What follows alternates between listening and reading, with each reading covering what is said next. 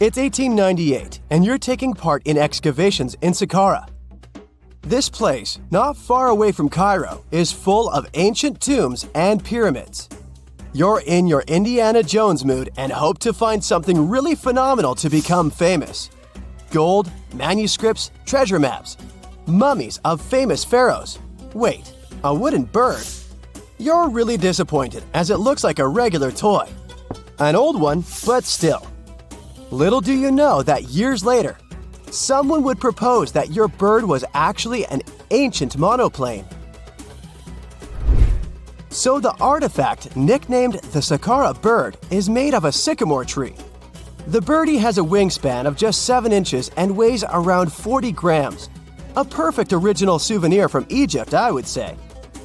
It's over 2,000 years old and looks pretty plain, without any carvings of feathers or other intricate ornaments. It has a beak and eyes though, which makes our find look like a hawk, the emblem of the deity Horus. Its tail is rather unusual as it's squared, looks weirdly upright, and it seems like the sunken part of it was the place for a now missing piece. Humans love solving a good mystery, so there have been several attempts to explain the use of the birdie. First, quite simply, is that it was a ceremonial object. The second idea is that it was a toy for a child from some well-off family. It could have been some sort of boomerang, which was a popular concept in ancient Egypt. Then there was a theory that the bird had been used as a weather vane. But this one has been debunked as the figure doesn't have any holes or markings, except for the one made at the museum in Cairo to fix the exhibit on a stick. So there was no way to hang it in the past. Almost a century after the bird was found, Egyptologist Dr. Khalil Masiha proposed a new theory that it could have been a model of a monoplane. He believed the bird was missing a horizontal tailplane. Otherwise, it had its wings set at a right angle, similar to that of modern planes. It could have worked to generate the aerodynamic lift necessary for flights. Dr. Masiha also claimed that it was common at that time to place miniature models of technological inventions in tombs. So, did the ancient Egyptians really invent the plane in 200 BCE? That would make the Wright brothers, who are considered the inventors of aviation, really upset. They made one of their first flights only in 1903. There's just one way to know for sure, and that is to test the model. But you know, the ancient museum in Cairo would unlikely let one of their cherished exhibits fly around like a toy. That's why glider designer Martin Gregory built a similar model, this time of balsa wood, and concluded that even with the missing tailplane, the plane wasn't much of a flyer. Case solved? Not really.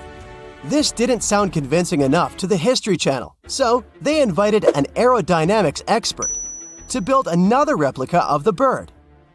He tested it in weather conditions similar to those in Egypt and was impressed with the little plane's abilities. So, if they did invent the prototype of a plane back in the times of pharaohs, it would be a good example of an oupart. That's an out-of-place artifact, an object that's way ahead of its time in terms of technology or history. And the Saqqara bird isn't the only example of such a revolutionary concept. In 1901, a group of divers retrieved the Antikythera mechanism from an underwater shipwreck near the Greek island of Antikythera. It's been dubbed the world's first analog computer, and it's currently dated around 100 BCE. The bronze mechanism could tell the position of the sun, moon, planets, and stars, as well as the lunar phase, the dates of upcoming solar eclipses, and even the speed at which the moon moves through the sky. No one's sure who used it and how or where it was made. But it's obvious that it's extremely precise and way too advanced for its time. The first flushing toilets in the world were invented in the middle of the 20th century. Just kidding. The ancient Minoans on the Mediterranean island of Crete and the Indus Valley civilization both came up with this brilliant invention at the same time, around 4,000 years ago. The plumbing and sanitation were so well done that no one managed to design anything better until 2,000 years later. One ancient Minoan lavatory was discovered at the Palace of Knossos. It looks like it had a wooden seat set over a tunnel that directed water from a rooftop reservoir to an underground sewer. Other varieties got water from jugs. Only the super rich people could afford all this glory. So if you wanted to shop for real estate back then, the flushing toilet would be a telltale sign you were in the rich neighborhood. Automated doors became a cool, seemingly new invention back in 1931. But the technology behind them is actually much older. Think the 1st century CE old. Mathematician and engineer Heron of Alexandria came up with a hydraulic system to open and close temple doors. To bring it into action, you need to light a fire to produce heat. There was a brass pot under the fire, half filled with water. The inventor connected the brass pot to containers that acted as weights.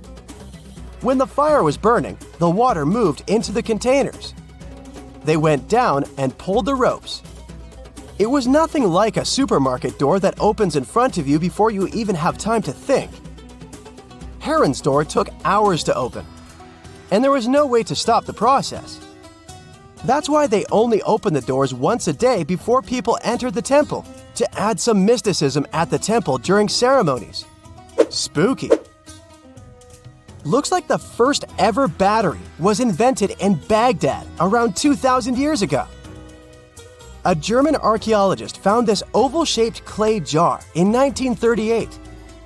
Scientists are still not sure what purpose it served and who exactly invented it. There is a theory that it was used for electroplating objects with precious metals. When they filled it with a weak acid like vinegar, the battery produced around 1 volt of electricity.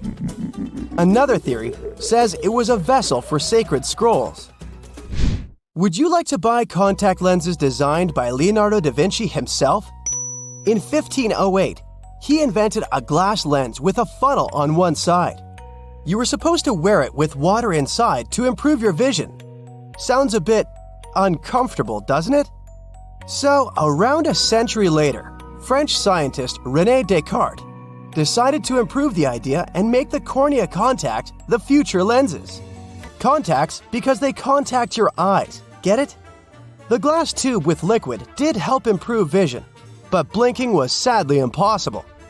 2.5 centuries later, new technologies in the glass industry let scientists design contacts that would fit in the eye and even let the wearer blink. Thanks, guys! Still, those lenses were made of heavy blown glass and didn't let the eye breathe. About 50 years later, contacts became plastic, lightweight, unbreakable, and scratch-resistant, but still covering the entire eye. And then, in 1948, an English optical technician accidentally sanded down a plastic lens and figured out they'd still be in place even if they covered only the cornea. Imagine you're living in 19th century London and need to send a message to New York. It would have taken about 10 days to get there by ship. So when delivery time went from days to hours in 1858, it was a true sensation. The first message was sent by Queen Victoria herself. It was all made possible thanks to the transatlantic telegraph cable, running under the ocean. Sadly, the new cool invention only lasted a few weeks. It took years to bring it back to life. Are the letters SSSS on your boarding pass a reason to worry? What's much more dangerous than turbulence? Should you really be the first to board the plane? You're about to figure it out. You might have noticed that most planes have blue seats. There's no mystery here. Airlines opt for this color because it's considered to have a calming effect. This color supposedly puts passengers at ease and helps even the most nervous flyers to relax. But there's also another, more practical reason. Stains, dirt, and scrapes are less visible on dark blue fabric.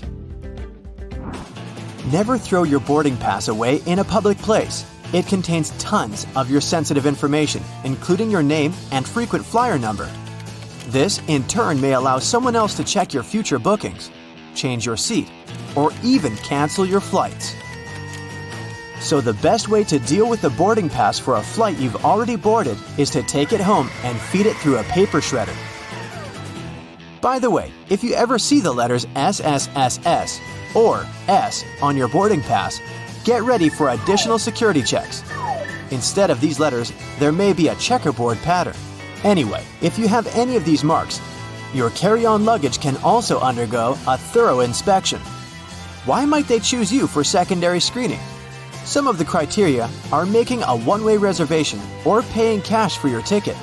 In some cases, the selection is absolutely random.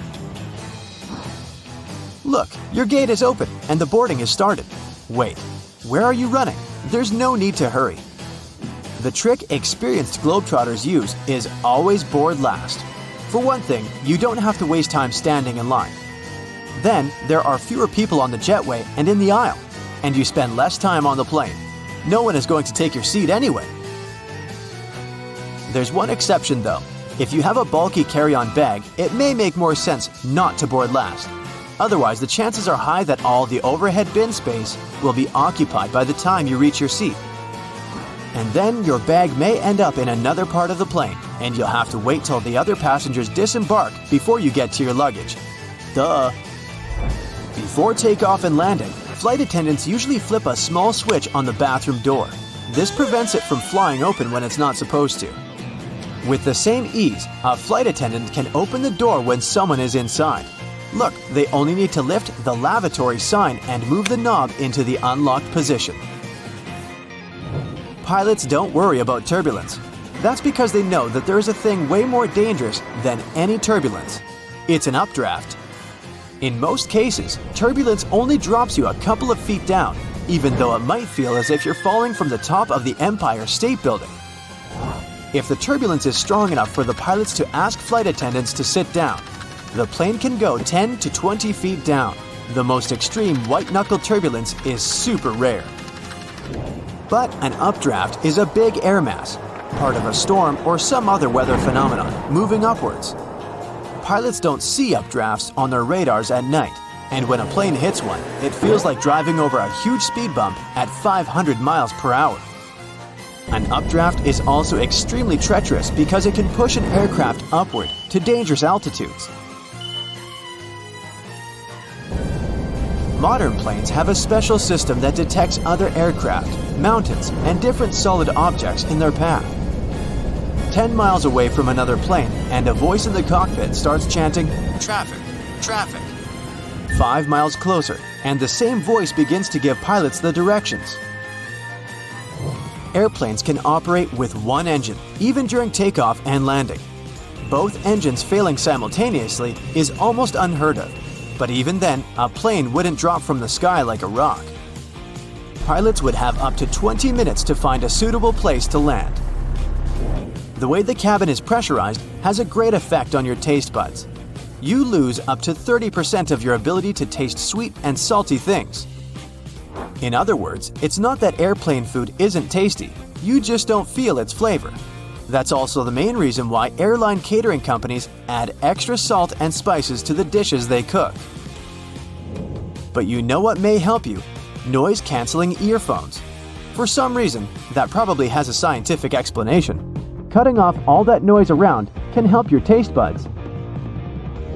Each of those dings you hear during the flight has its own meaning.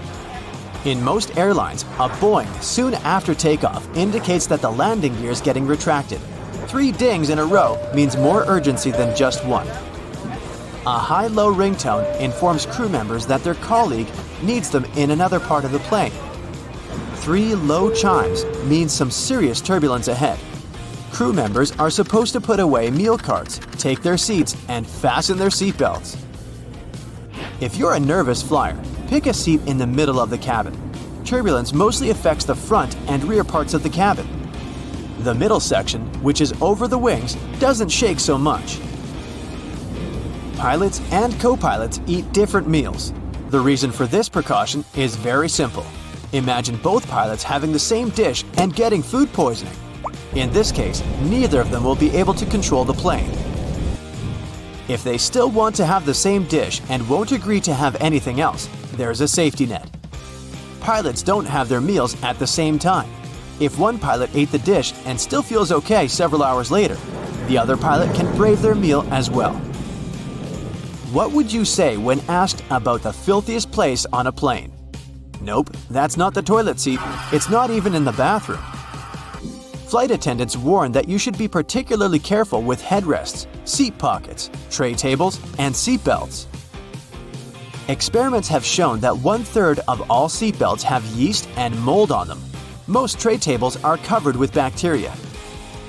Seat pockets are extremely filthy too, but headrests are the dirtiest of them all. In most cases, flight attendants don't have enough time to change or disinfect them in between flights. If your captain announces they're finishing some paperwork, it means they're busy revising the flight itinerary or waiting for the ground staff to prepare the flight logbook. That's a journal that contains the official record of a journey. Some places, especially those flying long distances, have secret bedrooms for crew members to catch some shut-eye. These bedrooms, called crew rest compartments, are located either at the back of the plane or behind the cockpit. Such a compartment can have up to 10 comfortable beds where flight attendants can have a rest. Plane windows are made of super strong plexiglass that can easily cope with high speeds. And the window panes are shaped in a special way so that the high pressure inside the cabin pushes them against the aircraft body. In other words, plane windows are very unlikely to get broken. Once upon a time, plane windows were square, but the pressure built up in the corners of such windows, making them ultimate weak spots. This means that each square window had 4 weak spots. This made them likely to crash under the enormous stress of high altitudes. Luckily, making airplane windows curved solved this problem once and forever. Such a shape distributes the pressure and reduces the likelihood of cracks or any other damage. Planes regularly get struck by lightning, at least once a year or once per 1,000 hours of flight time. These days, it's totally safe. The electric charge simply runs through the aircraft's aluminum shell. It doesn't cause the plane any damage. But did you know that airplanes not only get hit by lightning, but they also trigger it? When an aircraft is flying through a cloud, the friction between its fuselage and the air creates static electricity. Sometimes it can cause lightning. Picture this. You're planning your dream holiday, but instead of going to a tropical beach or a bustling city, you're thinking about going to space. Imagine yourself floating, weightless, looking down at Earth from a whole new perspective. The beauty and wonder of our planet become even more evident when you're viewing it from a distance. And now, this dream can come true. Yes, you heard that right. Space tourism. Space tourism is something that has fascinated people for generations. This idea has been around for almost 20 years.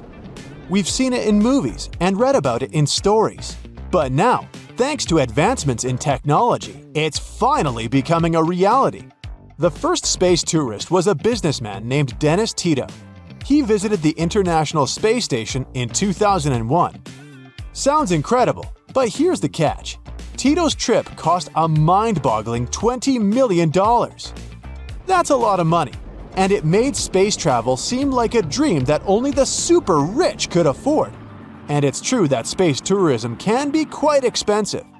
But a lot of time has passed since that day, and now space tourism is becoming more attainable for people who aren't billionaires. Of course, the industry is still in its early stages, but the demand for it is skyrocketing, pun intended. Experts believe that it will continue to grow at an incredible rate of around 40% every year from 2023 to 2030. So, with all this in mind, let's talk about what awaits us in the near future. There are different types of space tourism. First up, we have suborbital spaceflight. It's the trip where you reach an altitude of over 300,000 feet, which is way higher than any airplane can go. In fact, it's so high that you cross a special line called the Kármán line, which marks the boundary of outer space. How cool is that? So it's basically like a quick jump into space and back. So let's talk a bit more about suborbital spaceflight. Imagine you want to go on vacation to Sydney, but you live in London. Normally, it would take you about 22 hours to get there by plane. That's a really long time to sit on a plane. But guess what? Scientists and engineers are working on a new way of traveling that could make the journey from England to Australia super fast and exciting. Suborbital space trips could be used for quick travel between different cities on Earth. Instead of flying in a regular airplane, you would hop on a spacecraft that can go really, really fast. According to a recent study, in the near future, it might be possible to fly from London to Sydney in less than 2 hours. Just imagine how amazing that would be. You would zoom up into space, see the Earth from above, then come back down in no time at all. What an adventure! This study, conducted by the UK's Civil Aviation Authority, was all about understanding how our bodies react to trips outside Earth's atmosphere. To figure this out, the researchers needed some brave volunteers. They recruited 24 healthy people between the ages of 32 and 80. These volunteers were taken to a special training facility called an RAF centrifuge in Cranwell. A centrifuge is a big machine that looks like a giant spinning chair. The volunteers were sat in there to experience a simulation of spaceflight. They were spun around, and their bodies felt the pressure and changes in gravity that happen when you go into space. Almost everyone handled the simulation pretty well and quickly returned to normal. One person even briefly lost consciousness, but it was because of the gravitational forces, and they recovered soon after. Now, this study found some surprising things. Many people think that you have to be really fit and young to handle space flights. But the research showed that older people can actually cope better with all this gravity craziness. So even if we don't develop space tourism in the next decade or two, you'll still have a chance to visit space, even when you get old. Right now, there are two big players in the suborbital spaceflight game: Virgin Galactic and Blue Origin. Both of these companies have rocket-powered systems that can take up to 6 passengers on a thrilling ride. Virgin Galactic has already had 4 successful flights, but they recently ran into some financial trouble. On the other hand, Blue Origin has flown 32 passengers on their new Shepard rocket. The catch is pretty obvious. Right now, space tourism is super expensive. Companies can charge a whopping £350,000 per seat for these flights. But don't worry, things are about to change soon. Experts believe that space tourism will grow in the coming decades. It will be kinda similar to what happened to airplanes. Right now, the cost of a quick trip to space is very high. But as time goes on, the prices will go down. Eventually, space tourism will become more affordable and accessible to people all around the world. That means not just our children, but many of us will have a chance to experience the wonders of space. As technology advances, we might even be able to plan rocket-powered holidays in the future. Can you imagine telling your friends that you went on a vacation to space? What a flex! And now, let's talk about orbital spaceflight. This is the real deal, where you get to spend more time in space. Instead of just a few minutes, you can spend anywhere from a few days to over a week up there. And we're not talking about a measly 300,000 feet anymore. We're talking about going over 1.3 million feet high. So whether you're up for a quick jump into space or a longer adventure orbiting our planet, space tourism has something for everyone. Sky is no longer the limit. But space tourism isn't all fun and games. There are some challenges we need to consider too. First off, let's talk about the environment. Launching spacecraft and rockets takes a lot of energy and can create air and noise pollution. This can seriously harm our atmosphere. We don't want to trade a cool space trip for a damaged planet, right? Next, there's the issue of safety. Space travel is still risky, and accidents can happen. Even with safety protocols in place, there's always a chance of something going wrong. And if it does, the consequences could be really, really bad. Yikes! Space debris is another concern. Every time a spacecraft is launched, it leaves behind debris that can stay in orbit for a long time. As more launches happen, the amount of debris keeps growing. This can cause problems for other spacecraft, and even small pieces of debris can cause damage. Space travel also requires a lot of resources like energy, fuel, and materials. Using up these resources too quickly could have long-term consequences for our planet and future generations. We need to make sure we're not depleting everything in our quest for space exploration. Oh, and let's not forget about all the legal stuff.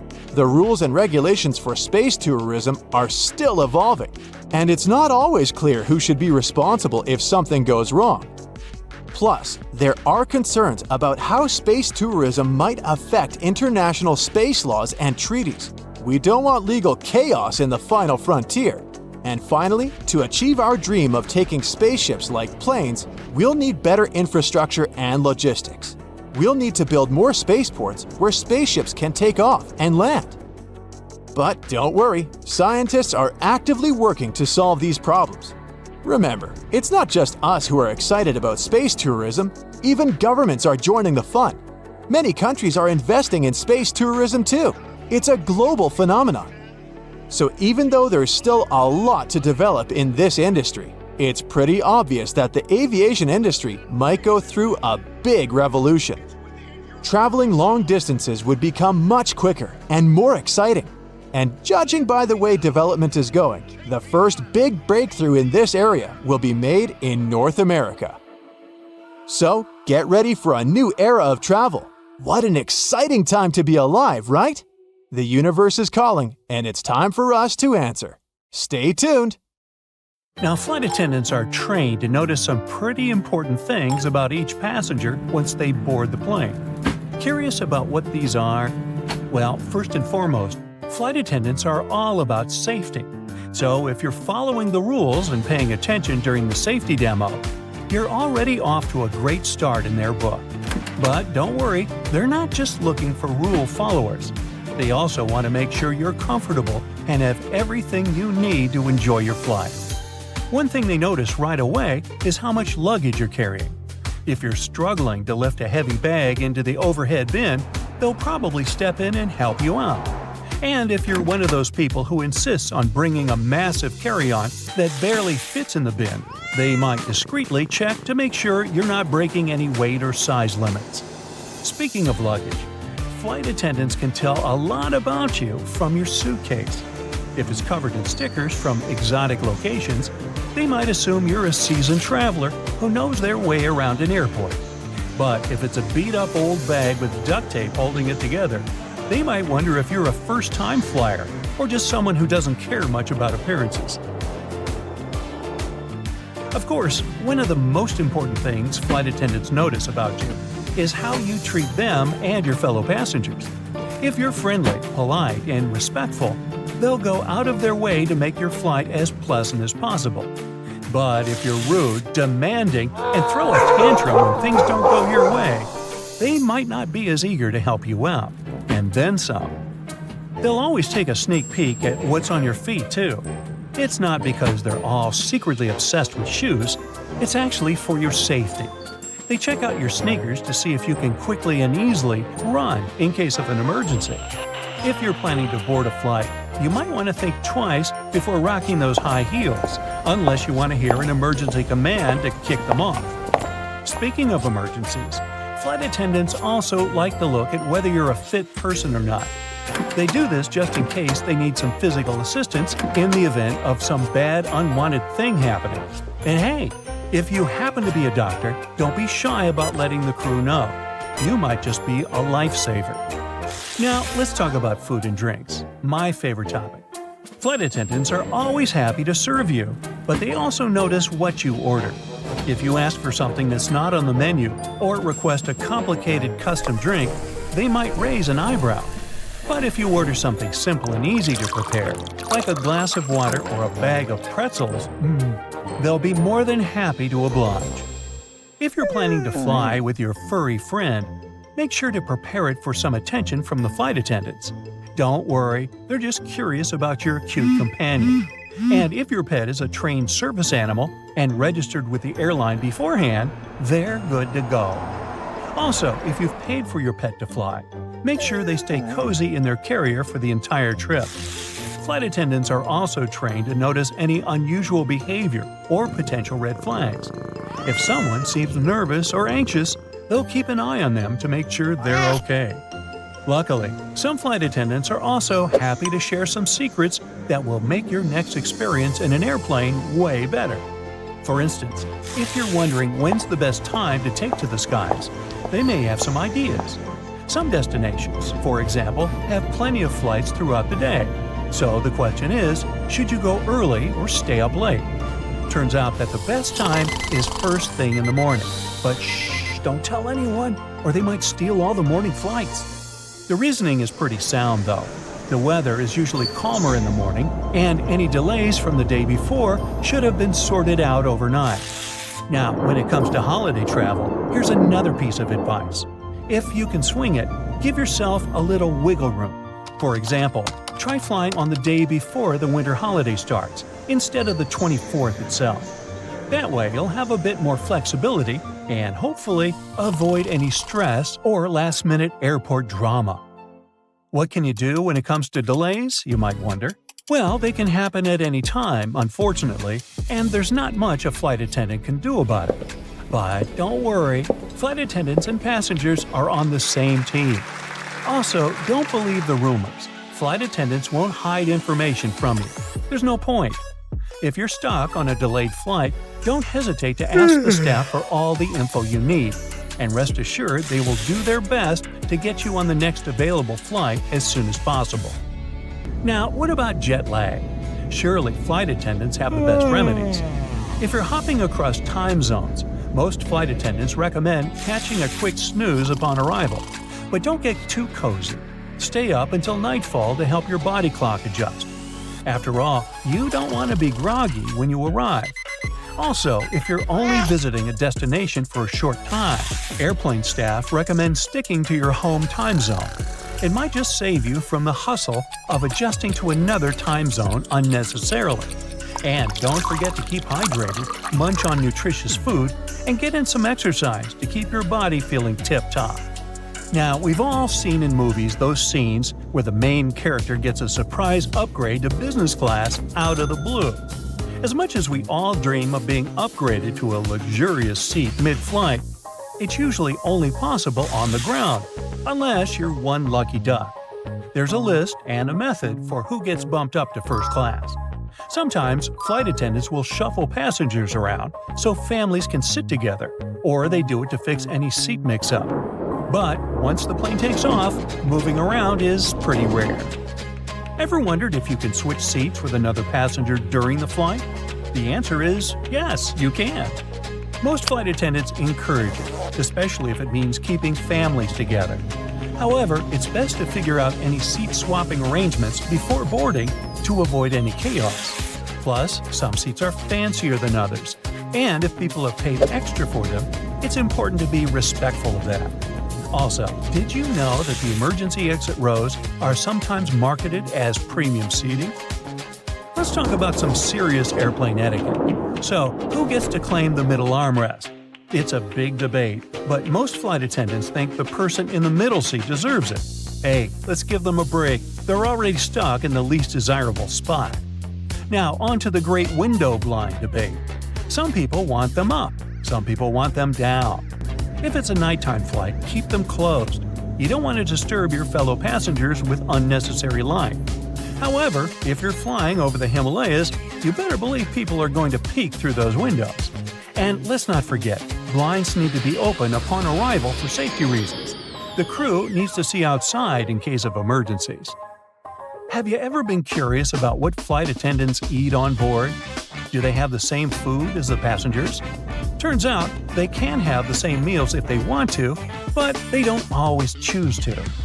Some prefer to pack their own snacks, like hummus, apples, and popcorn, because the airplane options don't always keep them alert.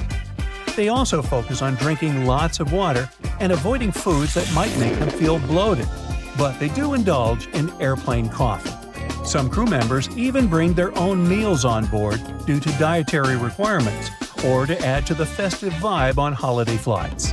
I once saw a passenger give a tin of holiday cookies to the flight attendants. You can bet she got some extra special attention.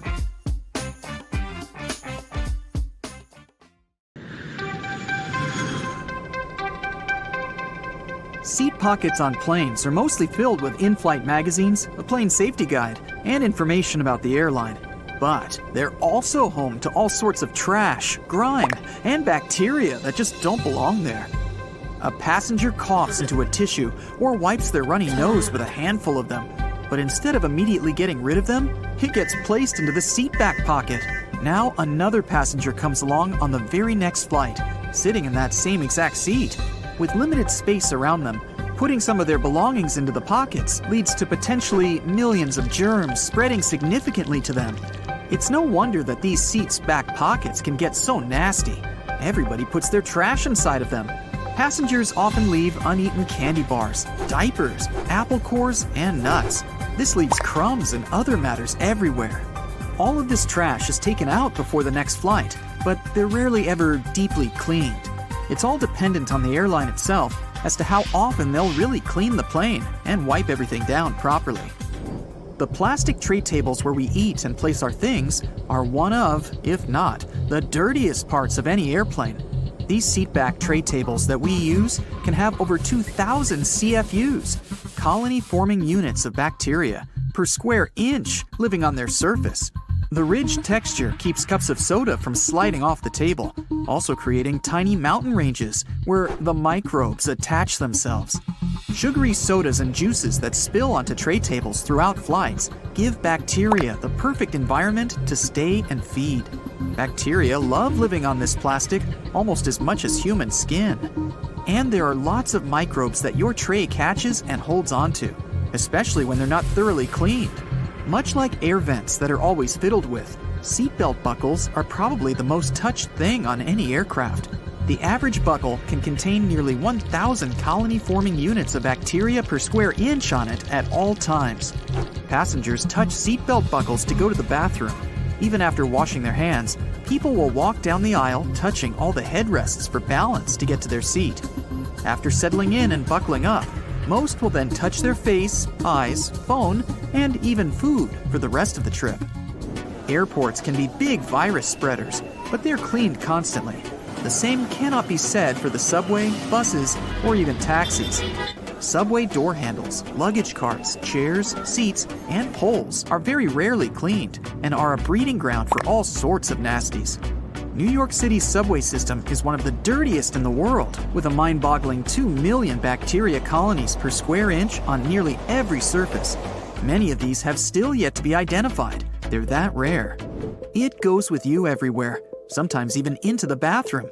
As a result, cell phones could be up to 10 times dirtier than any toilet seat. E. coli, the bacteria that can give stomach cramps and fevers, can live for hours on warm surfaces like phones. The best solution? Wash your hands thoroughly before touching phones, and make sure that phone gets a good wipe down with a disinfectant. Most people have a smartphone by them day and night, meaning that all the bacteria picked up during the day is transferred to them. Everyone touches the remote control at some point, but it isn't even thought of when cleaning the house. It falls to the floor or gets into the side of the sofa, a warm, dark home for mold and bacteria, where there are lots of crumbs and grime. A good clean with an antibacterial wipe every so often will help keep it shiny and germ-free. Blowing out candles on a birthday cake can expel a mist of saliva that always lands on the birthday cake frosting. This can lead to some very unhappy birthday parties if someone is sick. Sometimes it's better to skip the candles altogether, or accept the risk that every day is someone's birthday celebration, and a little bit of spit won't always hurt you. A single ATM gets touched by hundreds of people in a day.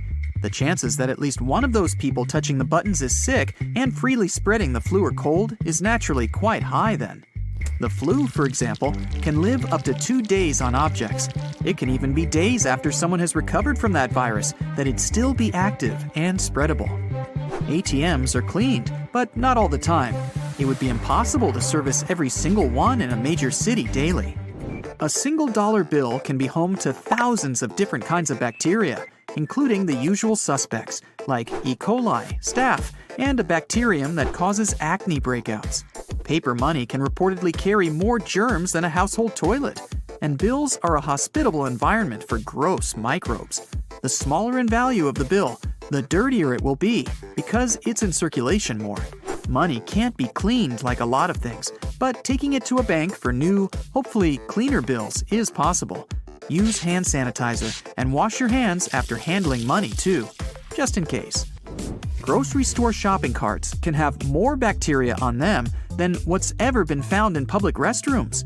That includes toilet seats and the flushing handles.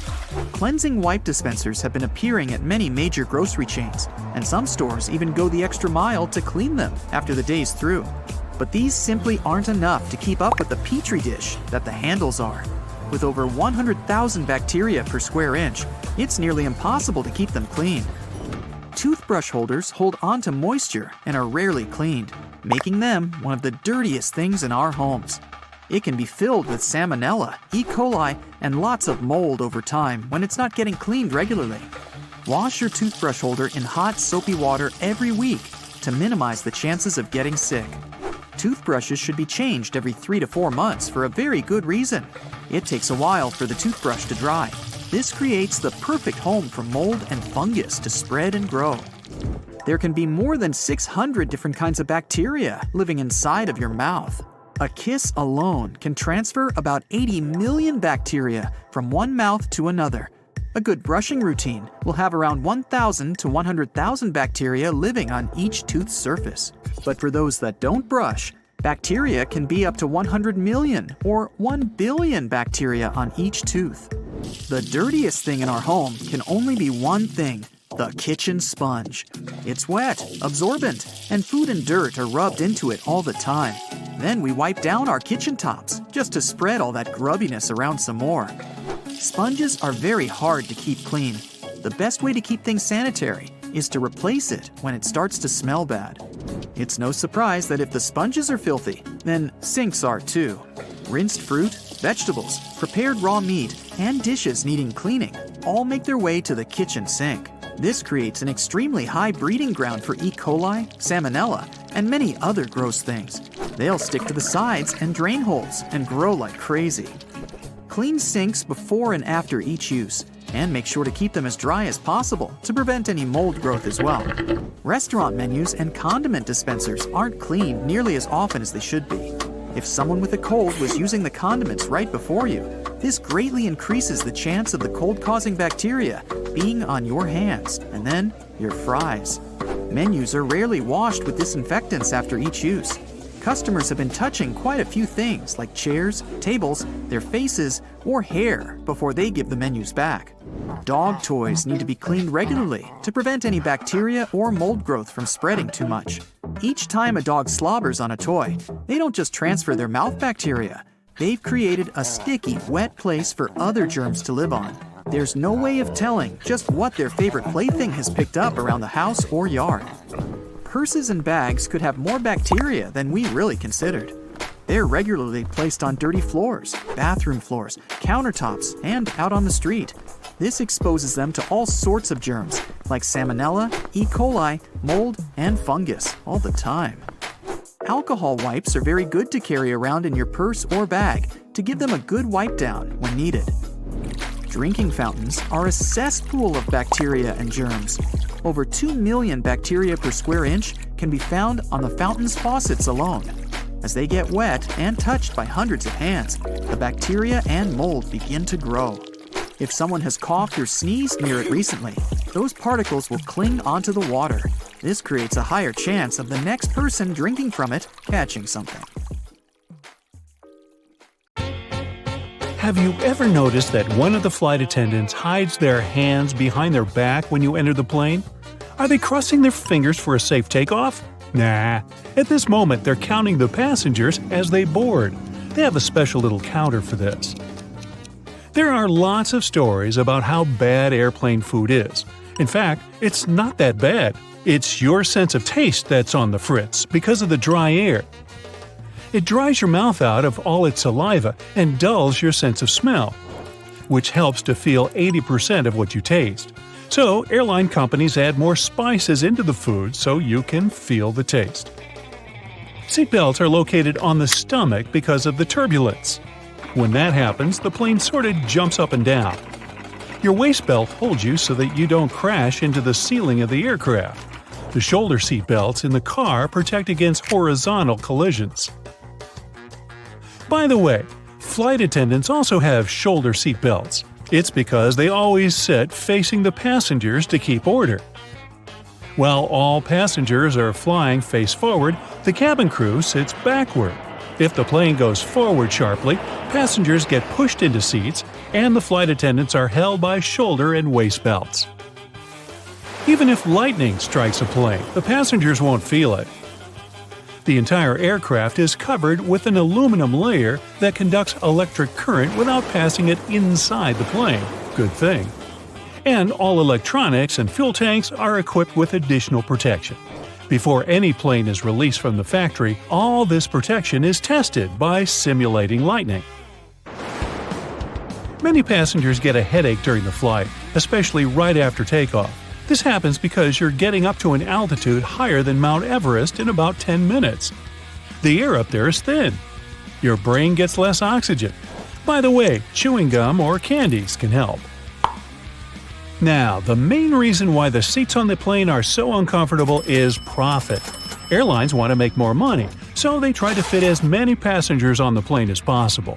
Because of this, there's so little space between the seats. 2 additional rows in the cabin provide 12 new passengers. Also, companies make airplane seats lighter to spend less fuel. Seats become smaller and less comfortable.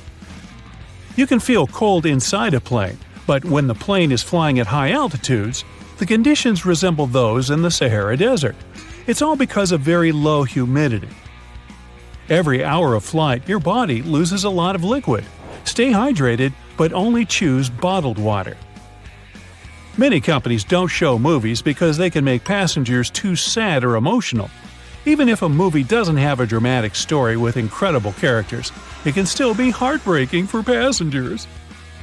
The thing is that our body experiences stress, and we take everything close to heart because of the lower oxygen levels. Also, we're sitting in seats at a high altitude and very far from home. Our brain realizes we're out of control of the situation. This feeling of helplessness can throw a person's emotions out of whack. So, companies only show positive movies and comedies. Some passengers say they feel like they can't think straight during the flight. This happens because of a lack of oxygen, so your mind isn't in top form. Well, better not do any important tasks or make any important decisions. Your corneas are the one part of your body that doesn't have a blood supply. The only way they get oxygen is from the air. So, worsened eyesight and dry eyes are common problems on airplanes. The best solution here is to take with you eye drops along with gum. That worsened vision is the first reason the crew dims the lights and asks you to open the windows during nighttime takeoffs and landings. Your eyes need to be adjusted to the dimness in case of an emergency. The second reason is the plane crew needs to be able to see out the window. There's a theory that hair grows faster during the flight. Some people notice that little stubble appears on their faces after the flight, even if they shaved a few hours before they got on the plane. Anyway, this theory is not confirmed. Some say the cabin pressure, lower temperature, or even heightened stress levels can accelerate hair growth. If you experience stress and get nervous right after you step on the plane, your best solution can be a little training. Go to the gym or make a set of squats before boarding to prevent stress. Also, a good workout compensates for the hours you spend sitting still. Airlines lose and send in the wrong direction several million lost bags a year. Almost half of the lost luggage is lost because of transfer issues. They may not deliver your suitcase just because of lack of time. A plane can fly away before loaders put your luggage there. When this happens, they might carry these bags to another flight. And when your bag goes to the wrong place, it can be taken by other passengers accidentally. If you want to find your lost luggage quickly, take a photo of it in advance and then show it to the airport workers. You can also buy a special GPS tracker and put it in your suitcase. It works for 6 days, and you can use your phone to locate your luggage wherever it is. Airport staff take unclaimed luggage to a special center. If the owner doesn't show up within 3 months, the things inside the bags will be put up for sale in specialized stores. There, you can find clothes, jewelry, and electronic devices. And of course, it all comes with a big discount. The rumbling noise you hear after boarding is not my stomach. It is luggage being loaded on the plane. The compartment is right under the cabin of the aircraft, so it sounds quite loud. Aircraft tires can withstand pressure 4 to 5 times more than a plane actually gives them during landing. The metal wheel is more likely to break than the tire. Pilots also have different meals. This is necessary to reduce the risk of food poisoning. The flight can go well even if one of the pilot feels bad because of a stale burrito. If 2 pilots ate the same burritos, they could lead to problems. Oxygen masks drop down when the air pressure changes. At a certain height, there can be less air in the cabin. To prevent passengers from feeling this, they should put on oxygen masks. When pilots descend to a safe altitude, you can breathe without the mask again. By the way, masks only have oxygen for 15 minutes. This is enough for the pilots to descend to a safe altitude on which passengers can breathe. The wings of most passenger planes are located at the bottom of the plane. It's built this way because of the engine. It should be installed under low wings because it's closer to the ground and easier to repair. Another reason is that the wing should take a big part of the blow during a bad landing. And if the plane falls into the water, then the wings become a life-saving pillow. Fuel tanks installed in the wings are empty after the flight, and it helps to stay on the water too. The wings of cargo planes are located at the top to make it easy to load the cargo since the hull is located very close to the ground. Also, it helps to avoid getting debris into the engines in case when airfields aren't clean. Plus, this wing location has less aerodynamic resistance during the flight. Little triangles on the aircraft walls are special labels for flight attendants. The triangles mark special windows. You can see flashing indicators through these windows. It signals the landing gear is retracted and the flaps are closed.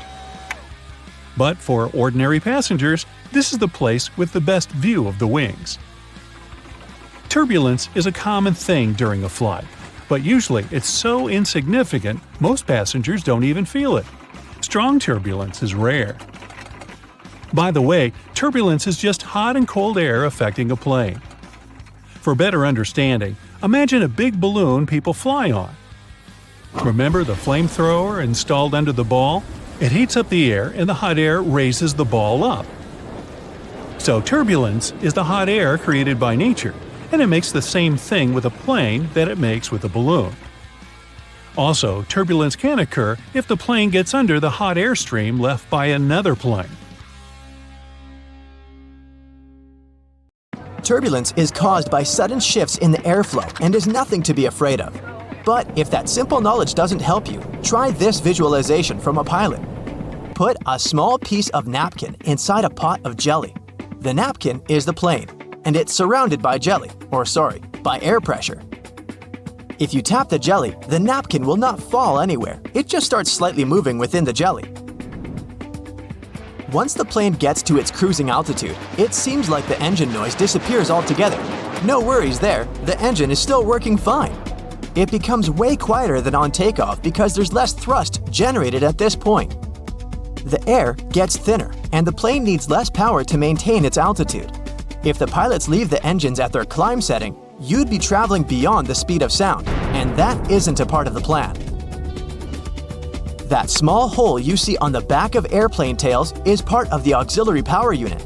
It's there to produce power for an airplane's electrical systems, including lights, navigation controls, heating, and AC. The power unit is activated when a plane is on the runway. It doesn't provide complete power to airplanes. Once the airplane engines are turned on, the unit is disabled. It's only reactivated when the airplane lands at its destination. The turbines are located under the wings since this makes it cheaper, faster, and easier to service the engines. They used to be placed in the tail, but it required expensive equipment and much more time to repair. When they started installing the engines below the wings, ticket prices went down. When seated in the exit row on most planes, you need to pull the window blind up, not down, to close it, unlike in all other seats. It's designed so for safety reasons. The overwing exit is there to help people quickly leave the plane in case of an emergency. Some of those exit window doors stay attached to the plane, others come away from the fuselage, but they all have an emergency handle at the top of the panel. You wouldn't be able to open the exit without it. There's another handle on the outside of the plane. Rescuers use it to open the door from their side. Because of this handle, there's no room for the blind to retract above the window. But there's more than enough room for it below the window. Makes sense to me now. You can actually raise the right armrest when in the aisle seat. The lock is on the underside of the armrest. It's not a button, but a lever close to the back of the seat. You can pull it to let the other passengers pass to their seats. The same tip works for the left armrest of the window seat. You can lift it up to lean on the window. Don't forget to lower the armrest during takeoff and landing for safety reasons. Planes usually use a small, powerful tug on airport grounds when they need to pull back out of their parking spot. But it doesn't mean they can't move backwards on their own.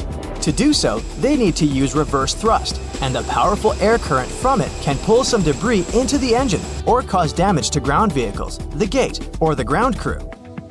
It would also use a lot of fuel and be incredibly loud. Plus, the pilots don't have rear-view mirrors like drivers, so they can't see behind them. Now you understand why this risky process is banned at airports. They make plane wings smooth to let air flow easily around their surface and reduce resistance during the flight. Those convex, yellow hooks, though, don't they worsen the aerodynamics? True, but they are necessary for your safety. Imagine a plane making an emergency landing in the open sea. The aircraft is sliding on the water. Then, rescue boats arrive to evacuate the passengers. Before the door opens, the escape slide inflates. Passengers need to walk on the wing and move down the slide, but the wing surface is slippery because of water. To prevent anyone from falling, the stewards install a rescue rope. They attach one end to the door and the other to the edge of the wing, passing it through these hooks. During the evacuation, people hold on to this cable like a railing. They can also attach rescue boats to the wing with a rope and these hooks, so the sea won't take people far away from the plane. When flight attendants pass through the cabin during the flight, they always touch the upper shelves above the seats. No, they don't check if the luggage compartments are closed. There are hidden handles along the bottom of these compartments. Flight attendants hold on to them not to fall. It's a pretty convenient thing since they don't have to touch the seats and disturb passengers once they're moving around the cabin. Have you ever noticed the flashing light in the cabin before takeoff? It's 100% safe. It occurs when the pilot disconnects a plane from the airport power supply and switches to the onboard one. This rapid transition may cause flashing. Passengers always board from the left side. That's because the captain sits on that side of the cabin. It's easier for him to align the plane with the terminal jet bridge this way. Also, the aircraft is fueled and loaded with baggage on the right side. With passengers boarding from the left side, the crew can do their job undisturbed. You might have noticed black triangles on the wall above the seats. For you, as a passenger, they may indicate the seats that have the best view of the wings, where you can take the most beautiful flight photos. But the triangles aren't there for this reason, of course. The crew members monitor the condition of the aircraft through windows under these signs. In case the wings freeze, the engine catches fire, or the pilot receives a signal something's wrong, the crew will quickly move to the triangles and assess the situation. Those mysterious chimes you hear during the flight are a kind of secret language the crew uses to communicate with each other. The chime you hear shortly after takeoff informs the crew that the landing gear is getting retracted. A single chime during the flight is a sign that one of the passengers needs the assistance of the crew. When they're serving meals and run out of food or drinks, they can ask their colleagues to share using a high and low chime combo. 3 low tones mean serious turbulence is approaching, so the crew needs to buckle up. A seatbelt on an airplane has a slightly different purpose from that in your car. The one in the vehicle protects you from a horizontal hit. When a plane is going through turbulence, it's shaking up and down. Your waist belt keeps you from hitting the ceiling. The tray table, the seatbelt buckle, and the toilet door handle. Those are some major feeding grounds for bacteria. But the seat pockets aren't any cleaner. Passengers leave their used tissues or wipes in there after cleaning a runny nose or coughing. They also become a residence for other sorts of trash. Even once the trash is out, the bacteria remain in their cozy pocket home. The next passenger becomes their new prospective target. Blech. Extreme heat is one of the weather conditions that can stop a plane from flying. Airplanes fly by generating lift with their wings. The air below the wings takes the plane up. In extreme heat, the airplane can't produce that much lift. That's because hot air expands and becomes way less dense than cold air. With less lift, the plane may find it really hard to take off and fly. Electronics will unlikely respond well to extreme heat or humidity, and the AC system may fail. Smaller jets can't operate at a temperature of over 118 degrees Fahrenheit. Larger Airbus and Boeing planes perform the best below 126 degrees Fahrenheit. There are so many ways to make airplanes safer. For example, they could have ejector seats so that every passenger could be rescued. In reality, though, it's way more difficult than it sounds. If there were ejector seats, your trip would be very different. Everyone would have to be strapped into a seat with a harness to make sure they wouldn't fall out of it. Then you would have to wear an oxygen mask all throughout the flight. An emergency can occur at any time. Then, ejection in itself is a big pressure on your body. Even fighter pilots who are physically prepared can still suffer severe injuries. For an average person, this process wouldn't be safe. So, however cool it sounds, ejection seats aren't very practical and are actually quite dangerous. Okay, well, at least they could have a parachute for each passenger. But this wouldn't be very useful either. Parachutes only sound like they can save many lives. First, having them isn't efficient. They're very costly and heavy. So a plane would need to burn more fuel while flying if there were parachutes on board. It would all be worth it, though, if parachutes could make an actual difference to the safety of people, but they can't. Commercial planes aren't designed in a way that would make it safe to jump out of them, especially with a couple hundred people on board. Next, passengers aren't trained to use them. Imagine there's an emergency. The plane is falling, and 200 people are trying to deal with a parachute for the first time in their lives. It would be an absolute mess. Lastly, it's not safe to jump from the high altitudes planes fly at. So, oxygen masks, life vests, and boats are the best life-saving equipment, and every plane has those. You know those huge engines that they have under the wings? Yeah, look at them. They don't look safe at all. Birds can get pulled in, and it actually happens. They could at least put a grate in front of the rotating parts to prevent birds from getting in there. Turns out those engines pull inside huge amounts of air, and this is crucial for them to work properly. The more air gets swallowed, the more air gets compressed, mixed with fuel, and burned. And then, more of it gets pushed out from the other side, keeping the plane going. A cover at the front would be a barrier, significantly reducing the air inflow that is crucial for the proper work of the engines, and this would endanger the passengers. But hey, don't be too upset. Birds fly way lower than planes do, so they're only in danger for a few minutes at the beginning of the flight while the plane is climbing altitude, and at the very end when the plane is landing. So very few of them ever get pulled in, and if they do, it's never a threat to the engines or passenger safety. Planes also don't change up the gears like cars do, so technically they can't go backwards.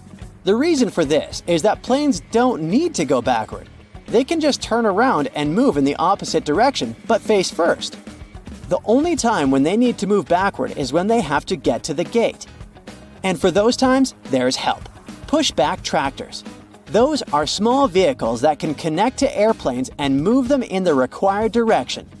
Watch out for those next time you fly. But technically speaking, planes can go backward if the engines start pushing the air forward instead of backward, but this is very dangerous for everyone around. One of the very few cases when they do it is during landing, to help slow the airplane down. There are cameras on the outside that let pilots navigate taxiways better. They come in especially handy during tricky maneuvering. But do you know there are also cameras in airplane cabins? You can relax, there are no cameras in the lavatories. But yes, they are there in the cabin, and for security reasons only. Flight attendants monitor them to see what's not visible from their own seats. Of course, flight attendants can check everything just by walking down the cabin, and that's exactly what they do most of the time. So, cameras are mostly used during takeoff and landing, when everyone, including flight attendants, is supposed to sit down, as those are the most dangerous stages of a flight. Notice that it's exactly during these stages that the rules are particularly strict. All electronic devices should be turned off or put on airplane mode, and big electronic devices should be stored away. Window blinds should be raised and tables folded. Seats should be put in the upright position. You need to have your seatbelt fastened, and so on. This is all done for safety and to ensure fast evacuation in case of emergency. So let's discuss these rules. Airplane mode on electronic devices is important to make sure that the signals that devices transmit don't interfere with the plane's electronic systems. If they interfere, they will block the radio's frequency pilots need to get their instructions. Do you remember that clicking sound a speaker makes right before your cell phone gets a call if the two devices are close? This is the sound pilots might hear while communicating with air traffic control. Now, putting away large devices like laptops is important because they might turn into obstacles if you need to get out of the plane fast in case of an emergency. All the pathways should be as clear as possible. This is why everything should be packed away, seats straightened, and tables folded. There should be nothing blocking anyone's way. And lastly, window blinds. The lights on the airplane get turned off too. Those two things are done to make sure your eyes get used to the natural light outside the aircraft. Imagine it's night, some emergency happens, and the lights that were left on suddenly go off. People need to evacuate as fast as possible, but their eyes aren't adjusted to the dark yet, and they can't see anything. This will slow everyone down. If the lights inside are out, people get used to the darkness and will be able to evacuate faster. The same goes for window blinds. If it's day and they are raised, people are used to the light outside and can evacuate faster. Another reason is that when blinds are raised during landing, people outside can see what's going on inside the plane. For example, if there's fire or smoke and where exactly. This way, they can plan the evacuation process better. Also, you might have noticed black triangles drawn above some windows on the airplane. These triangles mark the seats from which the view on the airplane's wings is the best. It's needed for the crew to find the spot as fast as possible if, in case of emergency, they need to inspect the engines, slats, or flaps. This little triangle saves the plane crew a lot of time. We do talk about emergencies a lot, but they really don't happen often. It's more dangerous to drive a car than to fly by plane, and most of us get in the car every day. Yet, the fear of flying is still very much out there, and people can get superstitious. In many cultures, the number 13 is considered unlucky, so airplane companies that often fly to those destinations just omit row 13. It's a small thing to do, but it can spare a few anxious passengers who happen to sit in row 13. In other cultures, like in Italy and Brazil, 17 is the unlucky number, and some aircraft have both rows 13 and 17 missing. In airplanes that fly to China, they can often omit row 14 instead. You unbuckle your seatbelt and stand up, stretching your legs after a long flight. You head towards the restroom and think about freshening up. Suddenly, you're in the air. Luggage flies around you. It feels like the world is ending. You're 30,000 feet above the ground, and you're heading for a crash landing. before you have any more time to think, everything goes black. In early 2001, a massive Boeing 747 carrying over 400 people took off from Tokyo Haneda International Airport. The flight progressed like normal until it reached 39,000 feet and coasting speed. Food was being served, and passengers were up and about like they would be on any other journey. Slightly earlier in the day, a Japanese airline flight between Busan, South Korea, and Tokyo, Japan, had begun in a similar fashion. This one was smaller, with about 250 people on board. It had also started coasting at around 37,000 feet. Both of these planes were on a similar flight path, only 2,000 feet apart, and due to meet over the Japanese island of Honshu. They were both close to this intersection when the pilot of the Boeing 747 noticed his anti-collision indicator going off. This was when he first knew something was wrong. One of the critical aspects of modern air travel is the coordination of air traffic control. Every flight is monitored, and pilots are advised if anything goes wrong.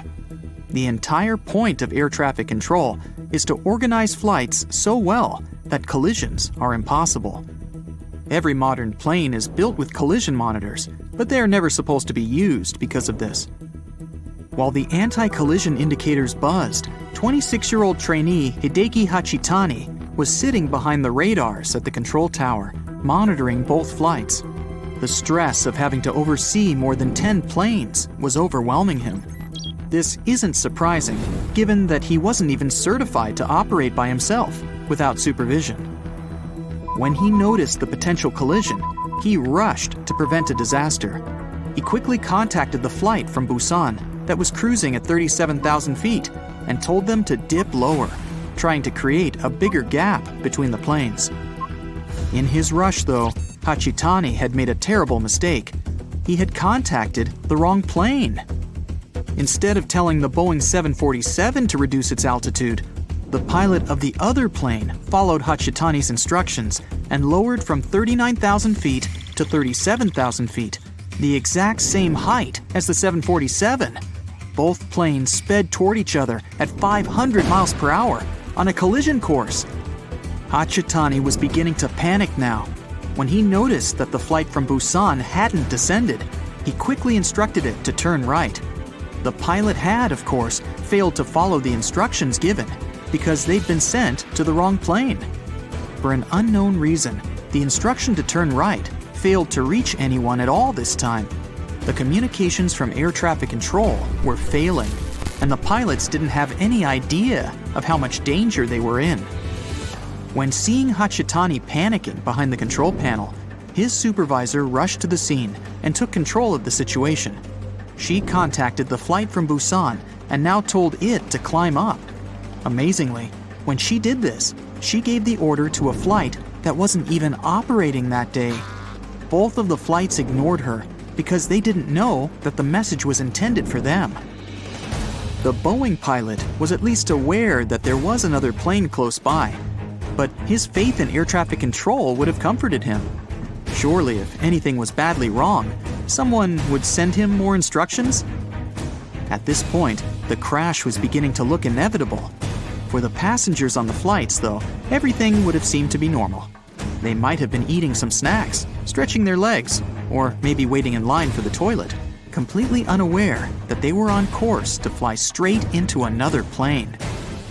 Luckily for all of the 600-plus people involved, the pilot was well-trained and confident in a situation that would cause most people to freeze up. Through his windscreen, he saw something that no pilot should ever see: another plane heading directly for him. With cat-like reflexes and remarkable composure, the Boeing pilot gripped the throttle and steered the plane down as low as he could for the seconds he had before the collision. The Boeing flew straight underneath the other flight. Imagine being a pilot and seeing the ground in front of you instead of the sky. They both made it out intact. This man had saved the lives of more than 600 people. That isn't to say that everyone got out without a scratch. The passengers were completely unaware of the entire incident, so barely any were buckled in. They were powerless as the change in direction threw them against the inside of the plane. Out of nowhere, with the plane's sudden movement, many hit the roof with the force of a car crash. Every unsecured object and person were thrown through the air. Some might have even felt like the plane had just hit the ground. Miraculously, only 7 passengers and 2 crew members were seriously injured, and the rest only received minor injuries. The pilot circled back to Tokyo to allow all of the injuries to be treated. Thanks to the quick response of medical teams and unbelievable decision-making and skill shown by the pilot, everyone on the flight survived. Every time you travel on a plane, you're signing up to shoot through the sky at speeds of up to 500 miles per hour in a fragile metal shell. You're surrounded by enormous, dangerous motors, 6 or 7 miles above the ground. Surely there's no way you'd survive if the plane itself started to fail. The Hudson Bay landing shows that skilled pilots can overcome seemingly insurmountable odds. On January 15, 2009, Flight 1549 was set to fly from New York to North Carolina. The pilot, Chesley Sullenberger, was a former jet pilot who converted to commercial flights in the 1980s. The sky was clear and the conditions were favorable. It was a typical flight for all of the 155 passengers on board, until the worst happened just a minute and a half in. As the plane climbed to 3,000 feet, they hit a flock of Canada geese. They hit the entire plane, but most importantly, some geese got caught in both engines. When Sullenberger realized that his engines were failing, he contacted air traffic control. They ordered him to land back at the airport, but he realized that it was impossible. With failing engines and no clear runway to land on, he had to take control of the situation to save the lives of everyone on board. Without full control of his plane, he wasn't able to operate at the normal altitude. He flew so low that he passed over the George Washington Bridge at only 900 feet. The people on the bridge were terrified to see the plane so close, but they had no idea how bad things were on board. With the plane speeding at 140 miles per hour, Sullenberger saw the Hudson River in front of him, and he had no choice but to land on it. Everyone in the control tower was shocked to hear what he had to do, but there was no other option. Landing on a runway is one thing, but commercial pilots aren't trained to land in a river. Sullenberger had to think clearly and plan the landing while flying towards the ground. He made sure to allow the tail to touch the water before the nose. Landing nose first would compromise the engines further and cause even more damage. Amazingly, the plane touched down on the water without falling apart.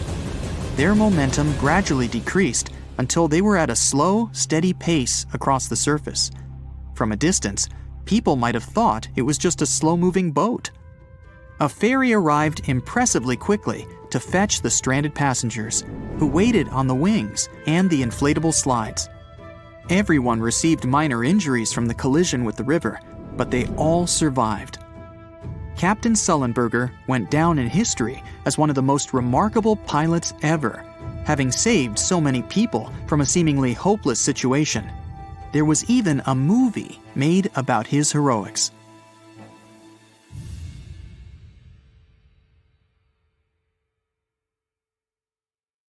Our estimated flight time today will be 3 days.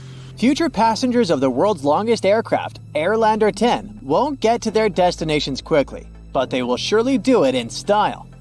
Nicknamed the Flying Bum for its unconventional exterior, this plane will feature plush ensuite bedrooms, an onboard altitude bar, and glass flooring with horizon-to-horizon views.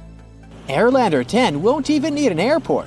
It can take off and land from any flat surface, be it land, sand, water, or ice, using pneumatic skids. It will also be friendly to the environment with less emissions and is supposed to become the safest form of air travel. This 300-foot-long engineering marvel is part airship, part helicopter, and part plane.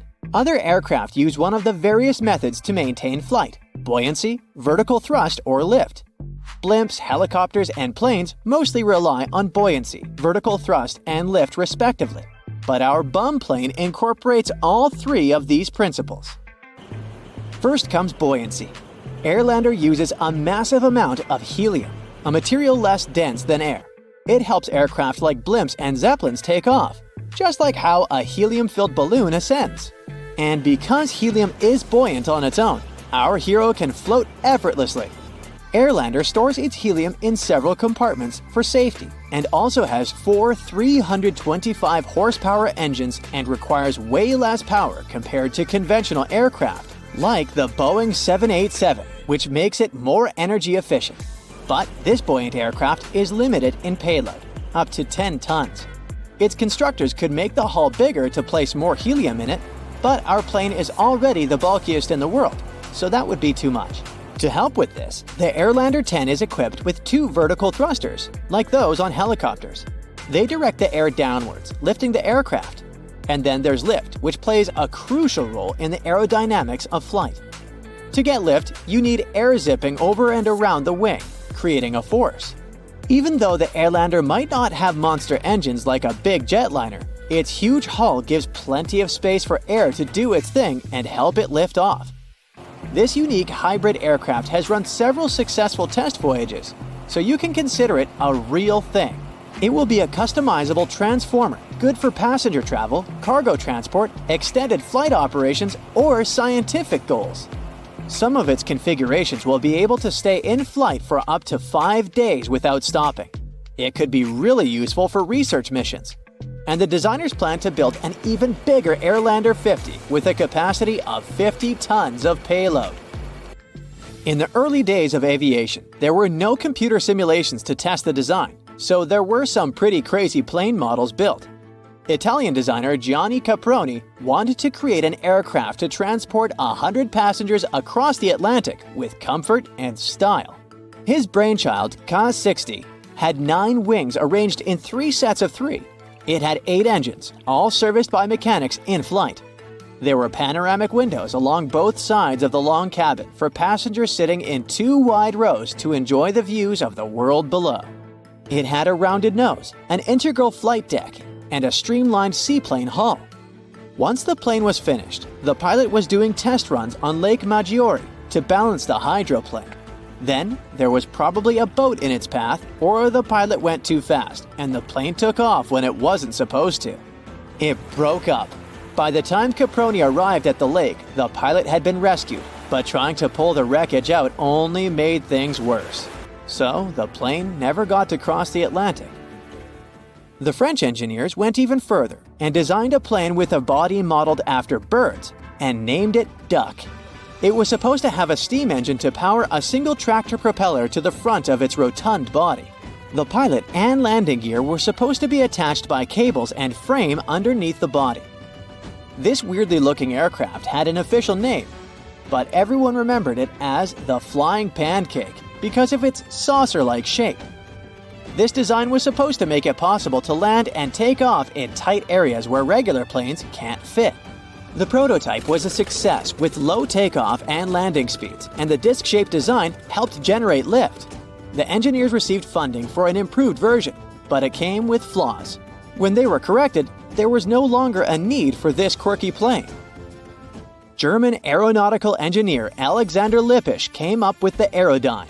It looks like the rear part of an airplane after cutting the whole thing in half, but it could fly on its own. It was considered a vertical takeoff and landing aircraft, the same group as helicopters. It combined lift and thrust using a single unit and flow channel, like a ducted fan.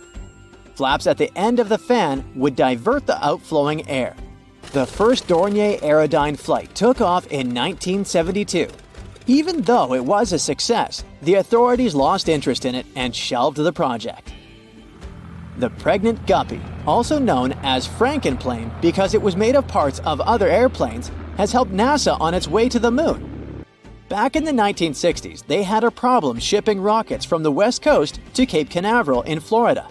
Taking them by water through the Panama Canal took 2 to 3 weeks, and fragile parts came dented and corroded. And that's when John Conroy came up with a solution. His friend had Boeings he had bought but didn't find use for them. Conroy decided to modify the planes by adding a larger cargo bay on top of the fuselage. He didn't receive funding from NASA for his idea, but he never gave up and mortgaged his own house, sold his car, and invested all his savings into his project to prove it would work out. He borrowed the fuel to fly the prototype to Alabama. The plane flew perfectly and impressed everyone. The Super Guppy, as they started calling it, was successfully transporting rocket stages for NASA's Gemini program.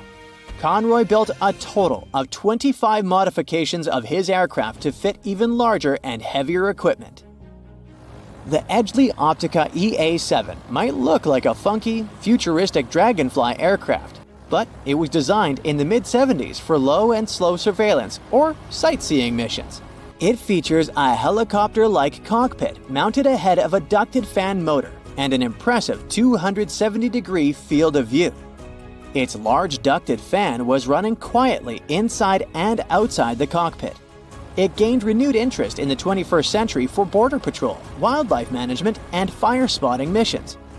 But because of lack of funding, there were only 5 out of the 22 built aircraft remaining airworthy worldwide. Have you ever seen a plane with 2 fuselages of differing sizes? The Rutan Model 202 Boomerang stands out as a multi-engine aircraft built this way to minimize the risks of engine failure. Unlike conventional planes, even if one of its engines were to malfunction, the Boomerang remains easily controllable thanks to its innovative design, which effectively manages asymmetric thrust. This design makes the Boomerang faster and more efficient. This plane was never designed for commercial use, but as a private plane for up to 5 people. You can tell that this short Skyvan was built for practical purposes without caring too much about aesthetics, just by looking at it. And that's how this general-purpose aircraft got its nicknames like Flying Shoebox and The Shed. Despite all the mocking, the Skyvan has served well over the years. It's been around since its first flight in the 1960s, still transferring cargo and passengers today. It can seat 19 people and has a van-like large rear door for loading and unloading freight. That's why it's perfect for short-haul flights, activities like skydiving, and much more. How can spiders survive when they lose a leg? When they're in a dangerous situation and try to run away, they can lose legs and regrow them only a couple months later. They'll survive without any problem because most of the time, their legs come off at break points. Those are joints that contain muscles and constrict, which helps spiders minimize blood loss. If they lose a leg at the part that comes before the break point, the spider still sheds it, but it will lose more blood. It will be harder for the animal to recover in this case. Speaking of spiders, have you noticed how they sometimes stay extremely still for a long time? They're motionless while waiting for potential prey to land in their web. When moving around, they waste energy and drive unnecessary attention to themselves. Either a hungry bird praying for a quick snack will see it, or a spider will remain hungry because flies will be less likely to come near their web. When spinning a web, they waste a lot of energy. Even after the web is finished, a spider may have to wait for days or weeks to catch something. So, it's important to save as much energy as possible. Hunting spiders are way more active, but the majority of them are nocturnal predators. They spend their days relaxing, tucked away under a rock or in a nest. Roast potatoes can stay hot for a really long time, and this mostly has to do with the fatty, starchy crust that's like some sort of an insulating layer. When you pre-boil a potato, this causes its starch granules to absorb water and swell until carb molecules seep out to produce this type of thick gel. Since potatoes are in the oven, high temperatures drive off moisture. This makes the gelatinized starch on the outside of the potato chunk and creates a crispy crust. This crust traps the heat inside. The fat from the baking tray collects in cracks too, and the heat-keeping structure stays strong. Birds don't get electrocuted while perching on power lines because it's not voltages that will harm them, but voltage differences, and electricity wouldn't flow without them. So, if you see a bird standing on a single power line at, for example, 35,000 volts, the lack of a voltage difference is something that keeps the animal safe. But if it accidentally extends its wings and touches another power line that's at a different voltage, it won't end well. That's the reason why electricity companies make sure there's plenty of space between the cables.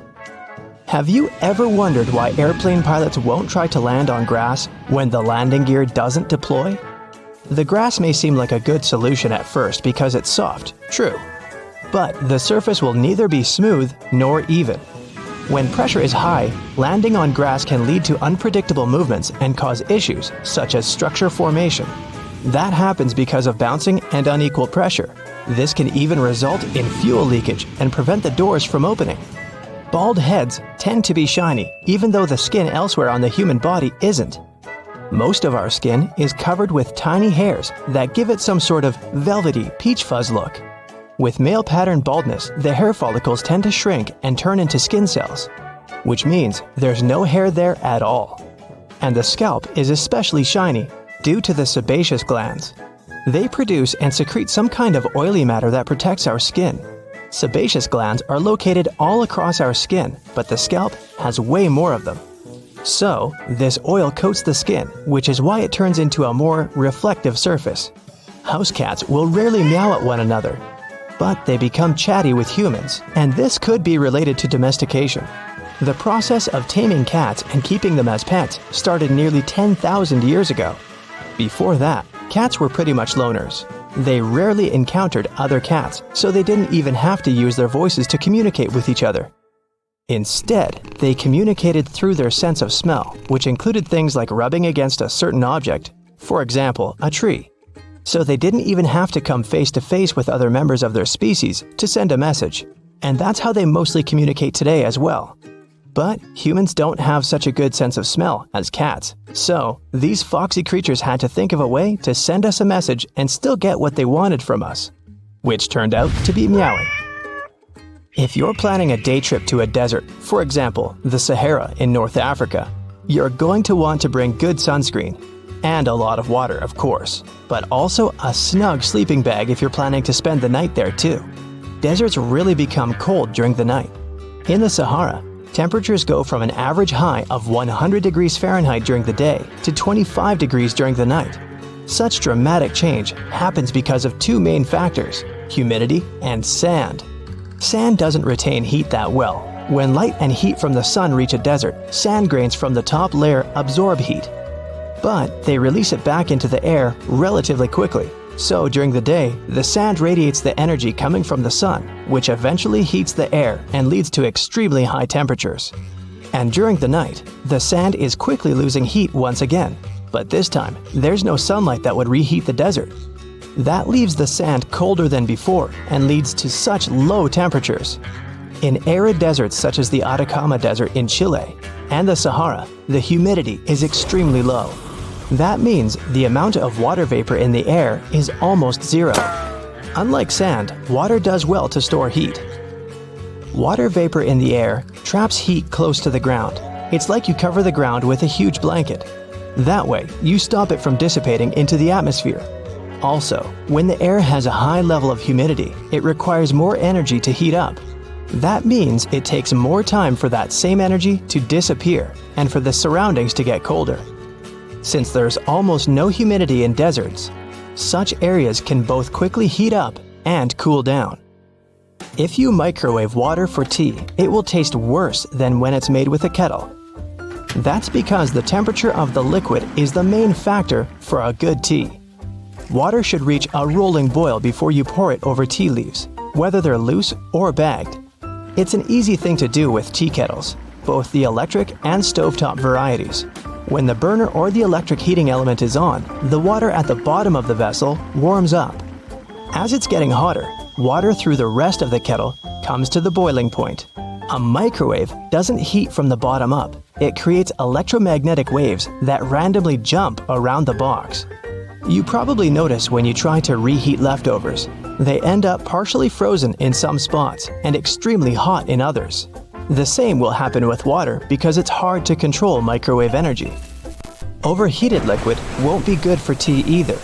When water goes above 212 degrees Fahrenheit, which is the boiling point for water, it can destroy the compounds that give a tea its specific flavor. Have you ever wondered why those electrical plugs most Americans use have holes in the prongs? The story dates back to the early 20th century when Harvey Hubble Jr. invented different types of electrical plugs. He started with the detachable electric plug, which was the first ever of that type. Some of his designs had prongs with indents, those aligned with tiny bumps inside the electrical sockets. Such an indent and bump system secured the prongs in place after people would insert a plug into a socket. At some point, these indents gave way to holes, which worked in the same way. But that's just part of the story. Most of the modern outlets don't even have bumps anymore.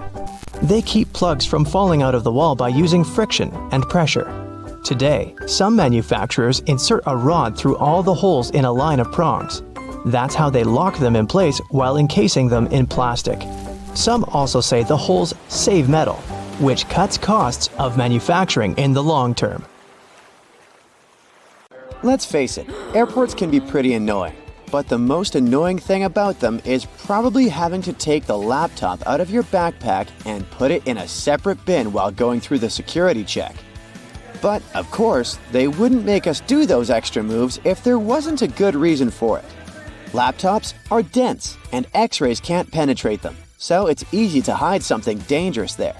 If the device is out and on its own in a separate bin, it's easier for the scanners to capture something dangerous.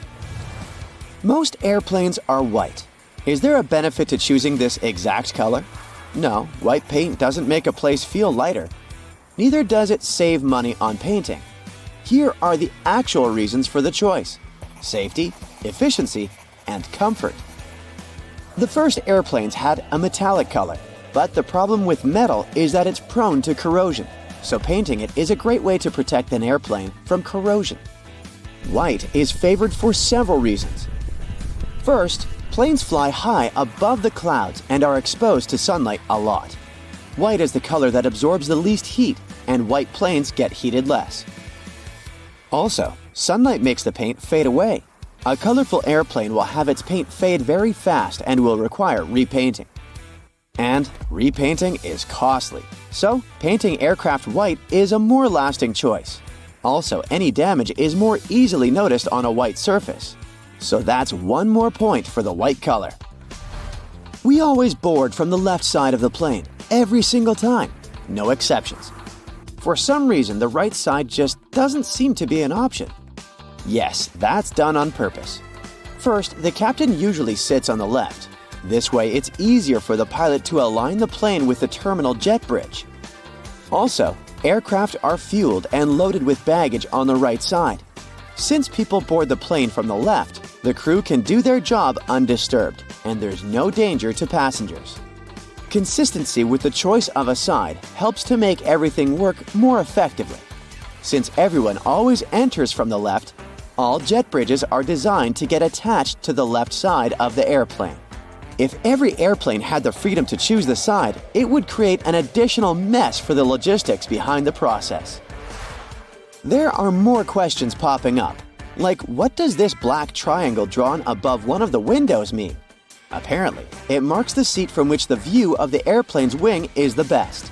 It's needed for the crew to find the spot as fast as possible if, in case of an emergency, they need to inspect the engines, slats, or flaps. This mark saves a lot of time. Next, the rows aren't well aligned with the windows. This is business. Originally, all planes are designed with rows and windows lining up perfectly. But when an airline buys a jet, they add some additional seats, squeezing them closer together. This way, they have more seats, which means more passengers, so they can sell more tickets. But you get less space for your legs and might miss out on a window. Also, all windows have rounded corners, and this is done for safety reasons. There used to be planes with squared windows, but those caused crashes because such windows couldn't withstand high-altitude pressures. At high altitudes, external atmospheric pressure is lower than the pressure inside the cabin. So, there's a big difference in pressure inside and outside the airplane, and this creates stress. Without windows, this stress flows smoothly through the material. A squared window becomes an obstacle, and the flow of stress needs to change direction. The pressure builds up in the corners, leading to cracks. As a result, such windows break.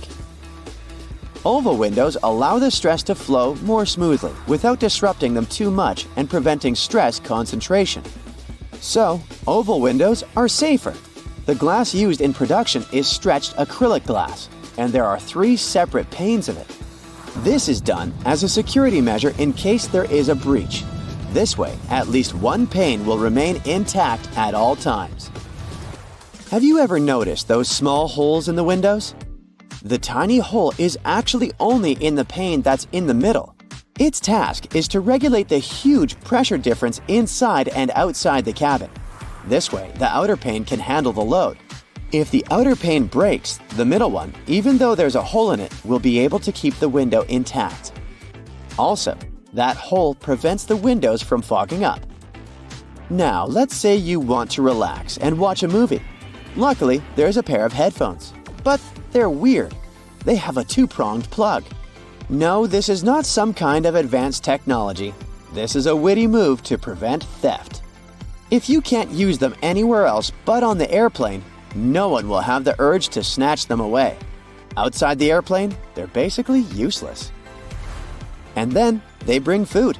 There are people who love airplane food and people who aren't very fond of it. But most will agree that food does taste different in the air.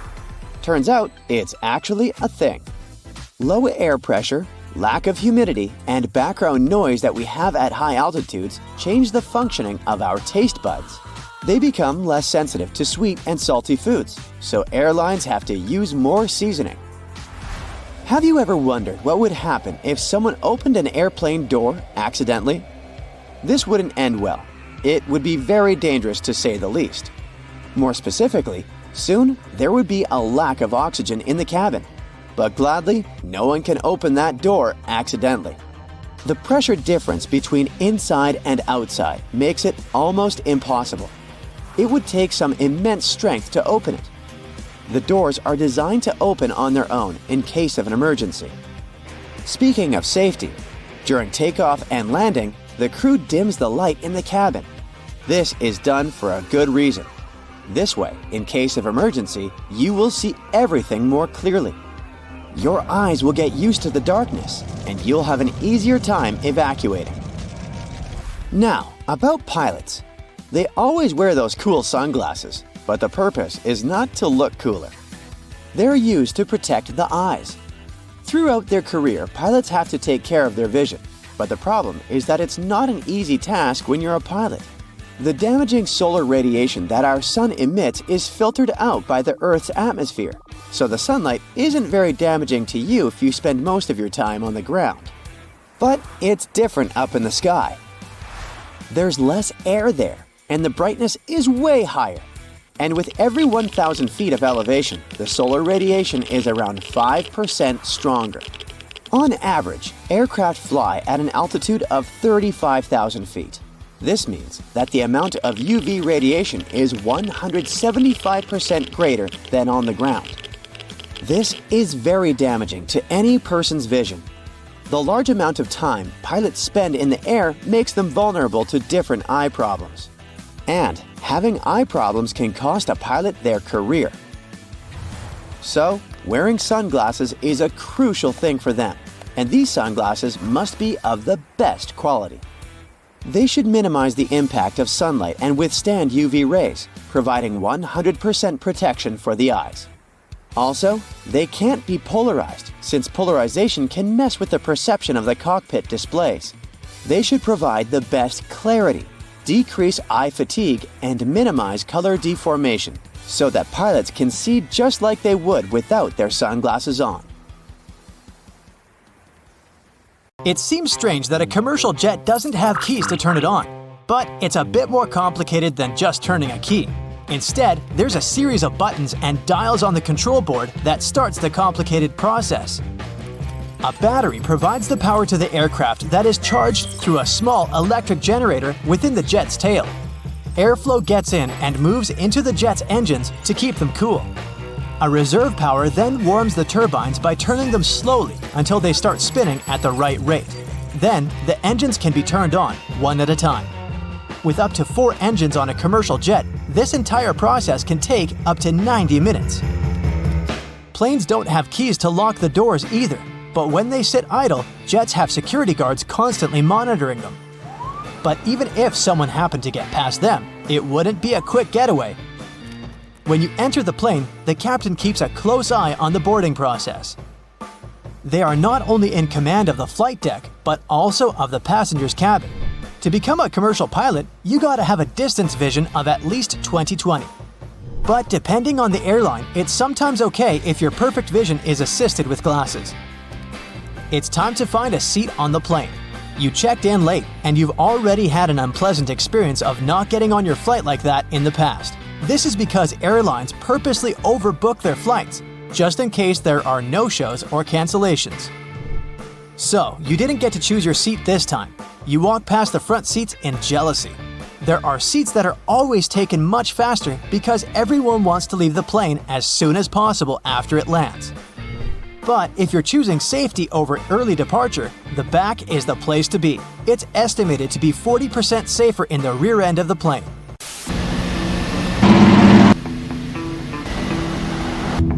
Maybe you'd prefer to drive instead of flying? The chances of something dangerous happening to a plane during a flight are 1 in 11 million.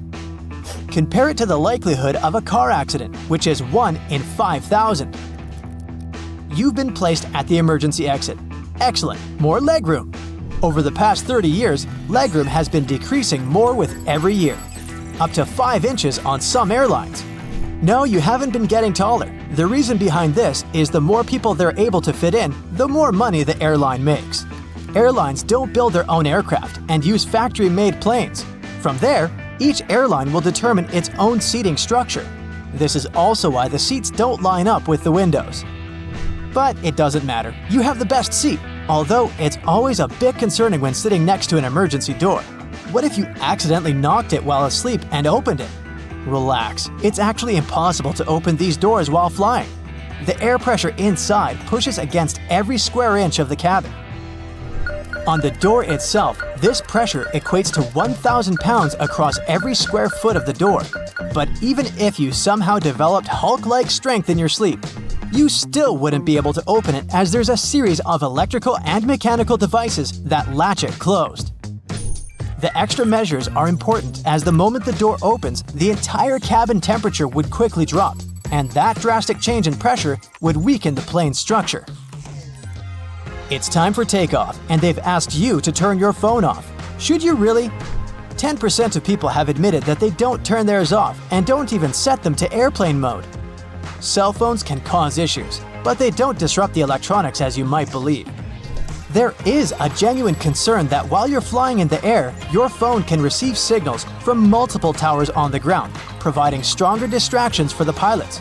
So let's make their job a little easier and turn it off.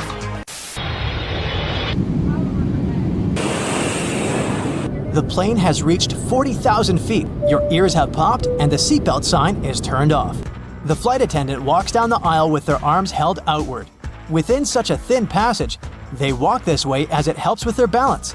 They try to avoid disrupting passengers, so they don't use the headrest of the seats. And in case of sudden turbulence, there are special grabbing spots under the overhead luggage bay.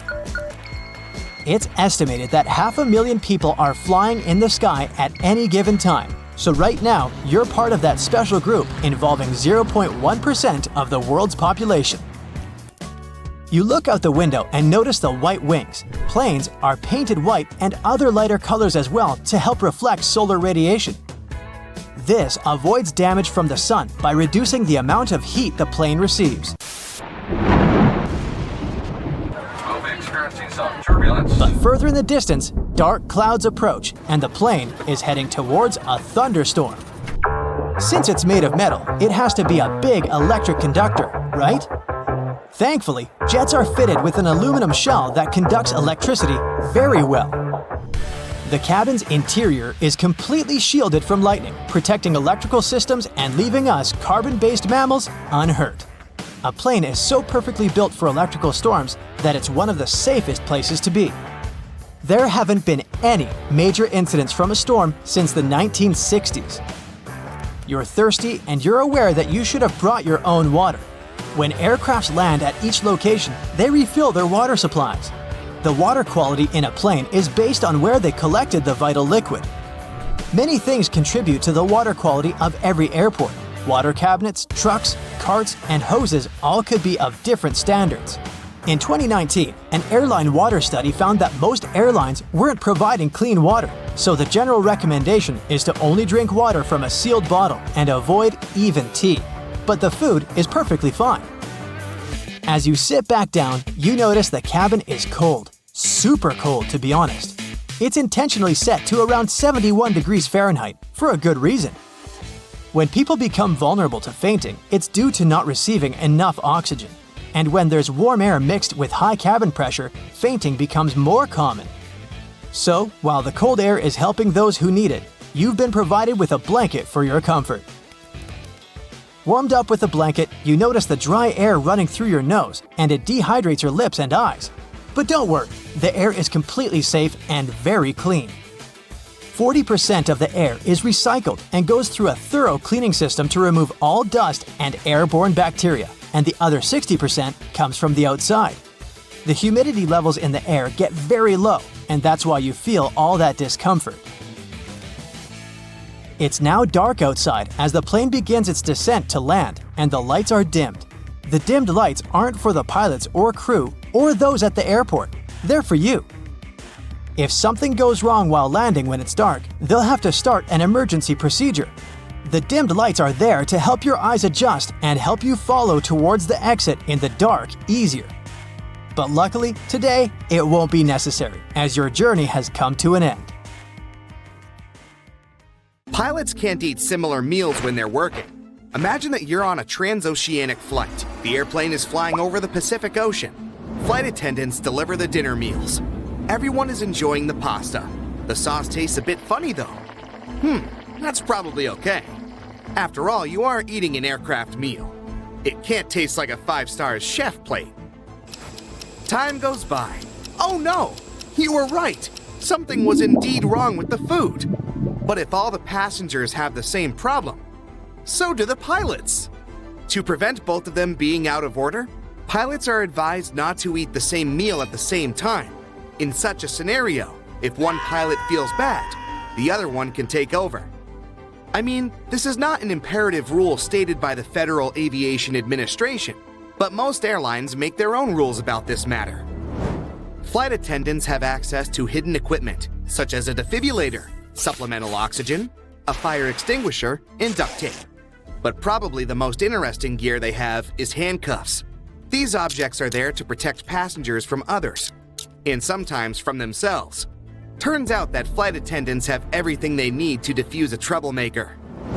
Aviator sunglasses look cool on pilots in movies, but in real life, they don't wear polarized glasses. First off, they have a glare-reducing effect. This can cause some trouble in the cockpit. A pilot has to read instruments, but the stuff in the cockpit, such as LCD displays, emits polarized light. So a pilot with those cool polarized glasses can't read the displays with 100% efficiency. Pilots shouldn't wear these glasses simply because of safety concerns. Imagine a shimmer of glare coming from another plane's windscreen, but the pilot missed the sign because of polarized sunglasses. Ever noticed a hole in the tail of an airplane? Well, most commercial airplanes have it. Next time you get into an airplane, take a closer look. The hole has a fancy name, Auxiliary Power Unit. It looks like a hole from the outside, but that is actually a hidden turbine engine. Most of the time, the APU will remain off for the entire flight. It will start working when the plane lands. It provides power to the cabin lights, air conditioning, and cockpit electronics. Don't underestimate the APU's power though. It can also provide the power required to start the main engines. You've watched a Brightside video and learned what the APU is. A perfect icebreaker. Unfortunately, you're not in a chatty mood. You just want to take the plane, land, and start your vacation. Yet again, there is only one door to board. You are at the end of a queue. Why don't planes generally have multiple doors? According to the experts, the biggest issue is that the bridge takes up a lot of space. When an aircraft is loaded from the front and the rear, it takes up 2 slots. This is not ideal for the administrators. Newly remodeled or constructed terminals tend to have dual boarding compared to the older terminals.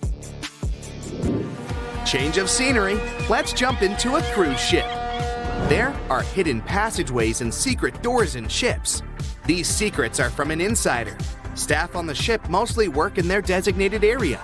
How does a worker get from one place to another without using the stairs and doors that the passengers use? There is a network of corridors and stairs all around the ship, used only by the crew. I mean it when I say secret doors. They blend with the walls, so they go undetected by those who don't know where the door is. Maybe you can stumble by accident. Here is a clue. Pay attention to the walls near the guest stairs. Try to think of those gigantic cruise ships as floating metals. This leads me to a cruise cabin fun fact. The walls of the cruise ship cabin are magnetic. Imagine you're traveling to multiple countries on board a cruise ship, a single-month voyage. You collect destination-themed magnets and decorate your cabin. True cruise fans know this magnet magic, so they put a couple of magnetic hooks into their luggage. Neat tip. Use magnetic hooks to add extra storage in your cabin. Hang clothes and accessories, postcards, or hats. Speaking of ships, why do some ships and boats have small holes constantly releasing water? To keep the bilge free of water. Water builds up over time inside the bilge, and the bilge pump automatically pumps the water out again. Ships don't have headlights. Using a headlight could prevent accidents. If they work for cars, why not for ships? Headlights are the source of light, but the light that comes out of them bounces back at the light source at some point. With cars, for instance, headlights work because the area you want lit is narrow, and you can easily take action if you see an obstacle on the road. For ships, this is super hard. The light source should be powerful enough to light the area the captain wants to see. Large cargo ships, for instance, need more than a mile to stop or take action.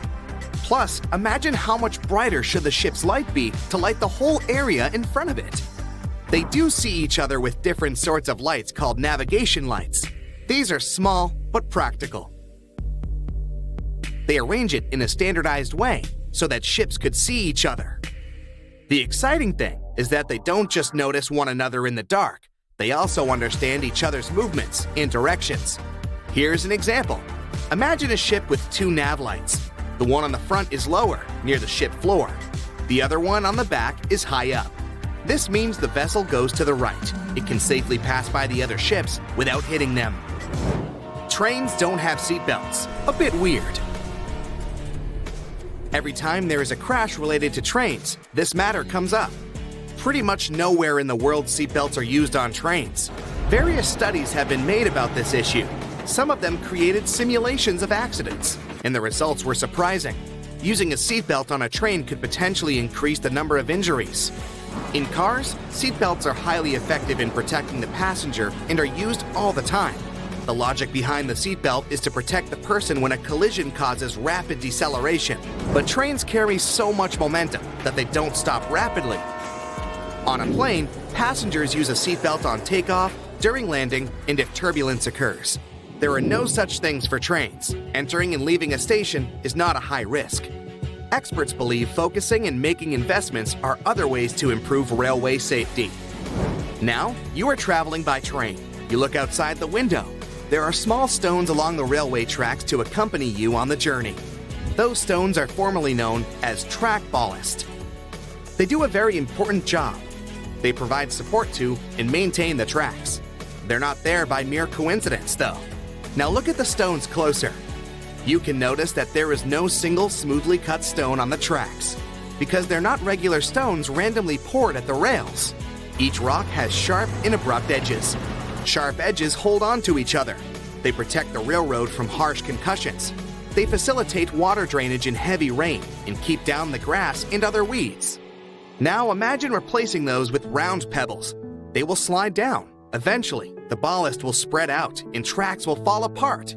The last thing you would want, especially if you were a passenger on that train. They make plane wings smooth to let air flow easily around their surface and reduce resistance during the flight. So why did they add these convex yellow hooks? They obviously worsen the aerodynamics. Yeah, they do, but they're also necessary for your safety. Imagine a plane making an emergency landing in the open sea. Everything's going well. The aircraft is sliding on the water. Then rescue boats sail to this place to evacuate the passengers. They leave the plane through emergency exits located above the wings. Before the door opens, the escape slide inflates. Passengers need to walk on the wing and go down the slide, but the wing surface is slippery because of water. They might fall and get hurt. To prevent this, the stewards install a rescue rope. They attach one end to the door and the other to the edge of the wing, passing it through these hooks. During the evacuation, people hold on to this cable like a railing and don't fall. They can also attach rescue boats to the wing with a rope and these hooks, so the sea won't take people far away from the plane. By the way, the plane can stay on the water for 10 minutes to 60 hours, depending on the model, weather conditions, and the pilot's skills. Both the main and emergency exits have extra handles for crew members. During an evacuation, people may panic and accidentally push the flight attendants off their feet. To avoid a fall, they hold onto these handles. A seat belt on an airplane has a slightly different purpose from that in your car. The one in the vehicle protects you from a horizontal hit. When a plane is going through turbulence, it's shaking up and down. Your waist belt keeps you from hitting the ceiling. Crew members have handcuffs for problem passengers. If someone behaves badly and interferes with the flight attendants have the right to chain them to their seats. To do this, they use police handcuffs or plastic ties. This is the maximum that can be done during the flight. Then they report a rowdy person to the airport and hand them over to the police after landing. During an emergency, oxygen masks drop automatically. They have an extra purpose you might not know about: to equalize the pressure and prevent panic. Air pressure can change because of turbulence, so, among other things, the masks help passengers stay calm. Your seat is your safe haven. That life jacket under it won't let you drown. Also, the seat's surface is made of waterproof material. If water gets into the cabin, the seat will save you from freezing, since it won't get wet. It's also fireproof. The cover can prevent the fire from spreading through the cabin. But more importantly, it can save you from the flames. Of course, you'll most likely never have to use this feature, but it's nice to feel safe, isn't it? You can use the tray table in the seat in front of you like a hammock. Just tie a belt, a blanket, or a towel around the table and stretch your feet out. You might have noticed black triangles on the wall above the seats. For you, as a passenger, they may indicate the seats that have the best view of the wings, where you can take the most beautiful flight photos. But the triangles weren't created for your camera. The crew members monitor the condition of the aircraft through windows under these signs. Suppose the wings freeze, the engine catches fire, or the pilot receives a signal about some problem. In that case, the crew will quickly move to the triangles and assess the situation. And there you are, sitting under the triangle, looking at the wing and thinking, why are the wings located in the lower part of the plane? They could install them above the windows or right in the center. Actually, some planes have them in the middle and higher up, and each location makes sense. The engine and turbines are under the wings. It's much easier to repair them since they're close to the ground. And in case of an emergency landing in the sea, the wings act as a rescue cushion. They help to keep the plane on the water. Empty fuel tanks under the wing can also help the plane stay on the surface. But this position has certain risks. Debris can get into the turbines on the runway. Fortunately, this is unlikely to happen since they carefully clean it. Planes with wings in the middle get the least air resistance. That's why they build fighter jets and supersonic aircraft this way. Big cargo planes have wings in the upper part of the hull. Thanks to it, the aircraft stays close to the ground. It makes it easier to load cargo. Also, it's safer to land on unprepared runways with high wings, since debris won't get into the turbines. The aerodynamics of these planes works better thanks to such wings. They get less air resistance and deliver cargo faster. Oxygen inside the masks is a combination of chemicals. The transportation of oxygen tanks is too expensive for the airline. They take up a lot of space and increase weight, which leads to extra fuel consumption. Therefore, they use a chemical oxygen generator. It's located in the panel above your head. There's a small tank with barium, sodium, and potassium compounds. They mix and create a hot chemical reaction that releases oxygen and passes it into the mask. Small holes in windows save the glass from breaking. The air pressure inside the aircraft is much stronger than that outside. The difference is so big that the air can just break the glass from the other side. To prevent this, they drill small holes. The air penetrates there and reduces the load on the window. By the way, they have a round shape for the same reason. It's ideal for an equal distribution of air. If they were square or triangular, air streams with moisture would accumulate in the corners. It would lead to destruction. Plus, all water gets dried out thanks to the hole. Windows are made of triple glass.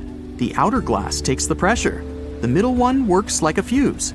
The third layer protects the second one from passengers who like to touch it.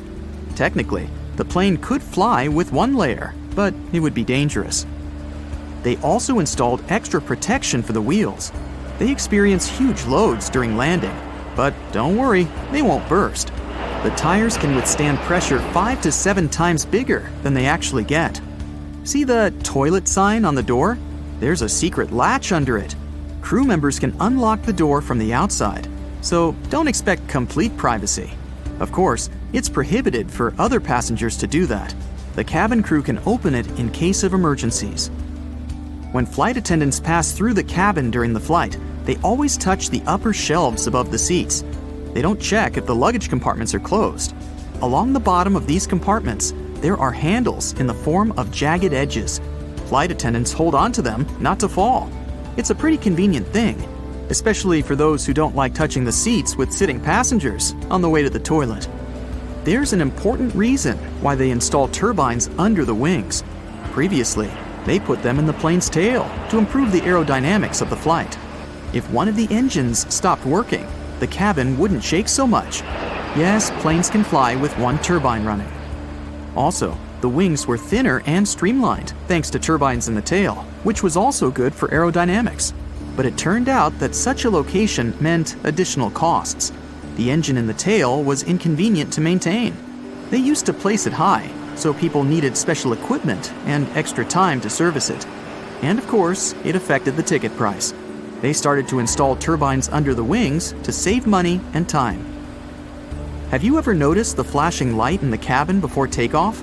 This happens when the pilot disconnects a plane from the airport power supply and switches to the onboard one. This rapid transition may cause flashing. Oh boy, you take your seat on the plane and look around. It's a large aircraft, spacious and new. You look up. Something draws your attention to that small compartment above your seat that contains your oxygen mask. Come to think of it, you've only ever seen it during the in-flight safety demonstrations. Maybe it's for the better, you think, and relax into your seat. Screaming and powerful jerks are what wake you up. One of the flight attendants is saying something in an urgent voice, but still disoriented after your nap, you can't catch the meaning of the announcement. And then, right in front of your face, you see an oxygen mask. Uh-oh. You place the mask over your face. You did pay attention to the safety demonstration, Then you grip the armrest and close your eyes, trying to calm down, however impossible it sounds. But do you know what's going on inside your oxygen mask? Well, let's talk about it. An oxygen mask deploys automatically in case of loss of cabin pressure.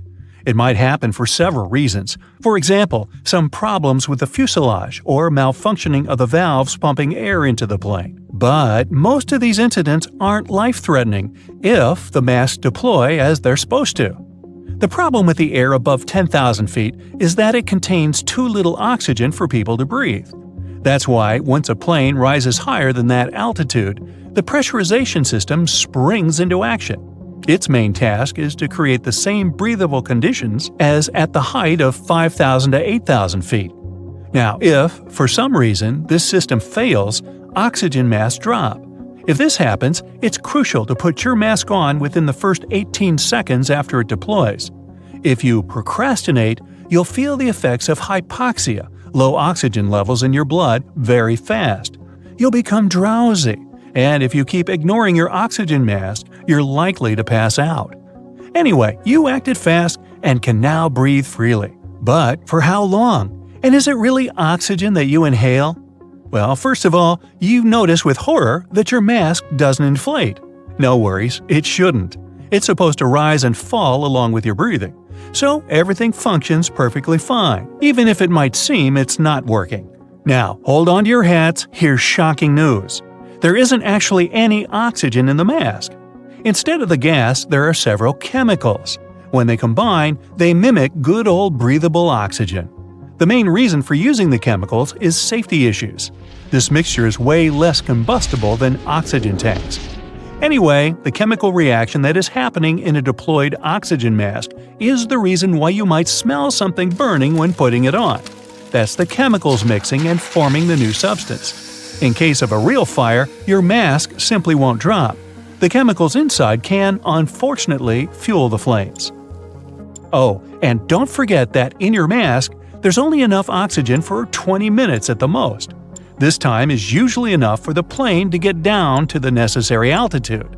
When the chemicals in the mask are all used up, the mask stops the flow of air. But by that time, you're already at an altitude where you can breathe without additional help. By the way, oxygen masks are not used too often. On U.S. airlines, it's only been 2,800 cases over a period of 40 years. In other words, additional oxygen was necessary a mere 10 times per 1 billion flight hours. The average cruising altitude of a commercial aircraft is 31,000 to 38,000 feet. Why can't planes climb higher than that? Well, it's not that they can't, they simply don't. Because pilots can't count that high. No, not really. It's because if they did go higher, there would be serious safety issues. First of all, if a plane is flying very high, it takes much more time to get back to a safe altitude. During an emergency, like rapid decompression, when every second counts, it can become a serious issue. Plus, while traveling at altitudes higher than 38,000 feet, planes can't communicate with the ground services as well as they do when flying lower. At lower altitudes, planes can also partially rely on wind, and if they rise too high without any additional support, they waste too much fuel to stay in the air. Once a plane climbs too high, the air can't provide enough lift to keep the machine going. The lift is created by the difference in air pressure, but at high altitudes, this difference is simply not enough. Air may not look like something real because it's nothing material, like metal or plastic. And still, it's one of the things that keeps planes aloft. Let's say a plane is heading for space. Ooh! It has large, cleverly designed wings and super powerful engines. But the higher it goes, the thinner the air becomes until there's hardly any air left.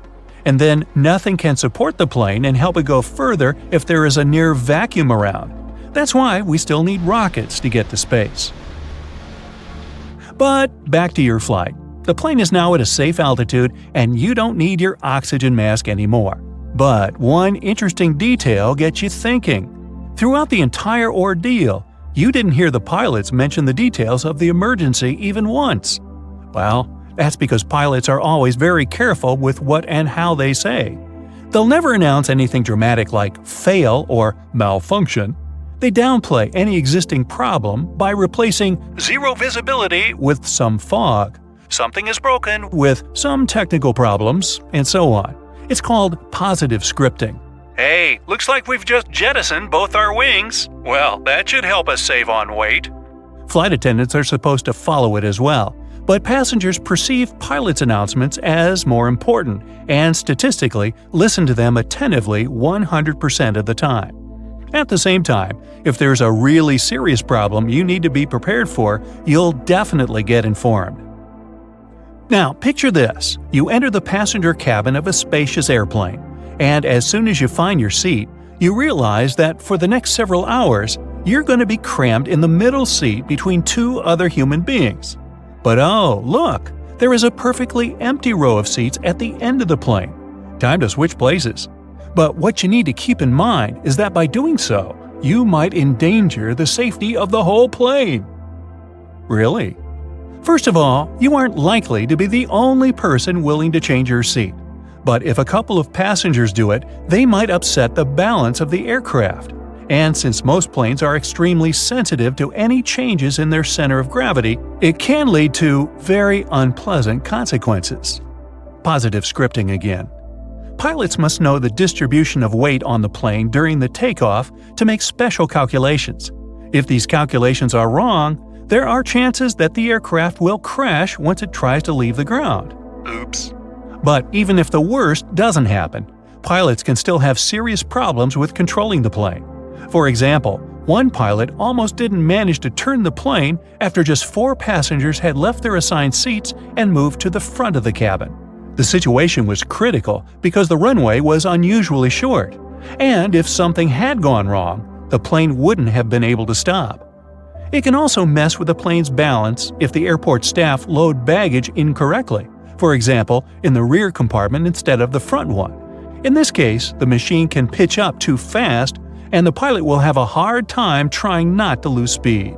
Now, that doesn't mean you can't change your seat on the plane at all, but before doing that, ask a cabin crew member if you're allowed to. Still shaky after the fright you've just had, you try to distract yourself. Luckily, you have a window seat and can watch the clouds and… wait! You suddenly notice the way the airplane wings are flexing. They seem to flap so much that you get worried they're going to fall off. No worries. The wings are supposed to flex. They're designed this way. If they were stiff, they would snap off as soon as the lightest turbulence hit the plane. By the way, pilots recommend that nervous flyers who are afraid of turbulence should pick seats in the middle of the cabin. Turbulence affects the front and rear parts of the cabin the most. The middle, over the wing section, doesn't shake that much. Maybe you'll feel a bit calmer if you know that airplanes can safely operate with one engine, even during takeoff and landing. And both engines failing at the same time is almost unheard of. But even if something like this happens, a plane won't drop from the sky like a rock. If both engines stop working at a high altitude, pilots still have at least 20 minutes to find a place to land. A plane can land even if its wheels are broken. It does sound scary, but if the landing gear gets stuck, pilots just skid the plane's belly down on the runway. If everything's done correctly, such landings are more or less safe. Ladies and gentlemen, we're about to land at our destination, more or less. You get on any airliner and notice the captain always sits in the left seat and the co-pilot on the right. And that's not by accident. The reasons could be historical. One theory goes that the first air forces were recruited from cavalry officers. They used to wear swords on their left side, so it was more comfortable for them to mount horses from the animal's left. When we eventually went from horses to metal birds, the tradition stuck. Another theory involves trains. The first international air route connected London and Paris. During this flight, pilots navigated by following the railroad. History has it that once, when the weather was especially bad, 2 planes collided because both were flying over the tracks. After that, it was agreed that the aircraft would fly on the right side of the track. Pilots had to sit on the left side of the plane to see how much clearance they had with oncoming aircraft on their left. As for helicopter pilots in command, they usually, but not always, sit on the right. Copters are more unstable than airplanes. That's why pilots prefer not to let go of the cyclic stick. This stick controls the helicopter's direction and altitude. The cyclic stick sits between the pilot's knees, and they use their right hand to hold onto it. The pilot's left hand moves the lever that changes the blade's pitch and presses other buttons on the central console. By the way, both seats have full control of an airplane. There are no regulations specifying which seat the captain and co-pilot should occupy. The co-pilot is just as experienced and capable of flying a plane as the captain. The captain often flies the plane to its destination, and the co-pilot operates it on the way back. Pilots are tested every 6 to 8 months. They use flight simulators and practice all kinds of emergencies. After that, examiners assess them.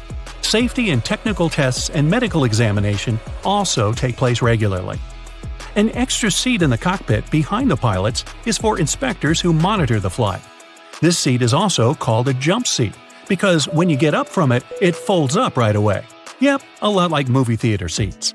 If you're a nervous flyer, pick a seat in the middle of the cabin if possible. Turbulence mostly affects the front and rear parts of the cabin. The middle section, which is over the wings, doesn't get shaken that much. Imagine the plane like a big teeter-totter. Similar principle when it comes to turbulence. Choosing a window seat, you get an opportunity to see how the airplane wings flex and flap. They're designed to move this way. If the wings were stiff, they would snap off once turbulence hit the plane. Well, that's comforting. In most cases, turbulence only drops you a couple of feet down. even though it might feel as if you're falling from the top of the Empire State Building. Woohoo! If the turbulence is strong enough for pilots to ask flight attendants to sit down, the plane can go 10 to 20 feet down. The most extreme white-knuckled turbulence is super rare, but it can make the plane drop 100 feet. How can spiders survive when they lose a leg? When they're in a dangerous situation and try to run away, they can lose legs and regrow them only a couple months later. They'll survive without any problem because most of the time, their legs come off at break points. Those are joints that contain muscles and constrict, which help spiders minimize blood loss. If they lose a leg at the part that comes before the break point, the spider still sheds it, but it will lose more blood.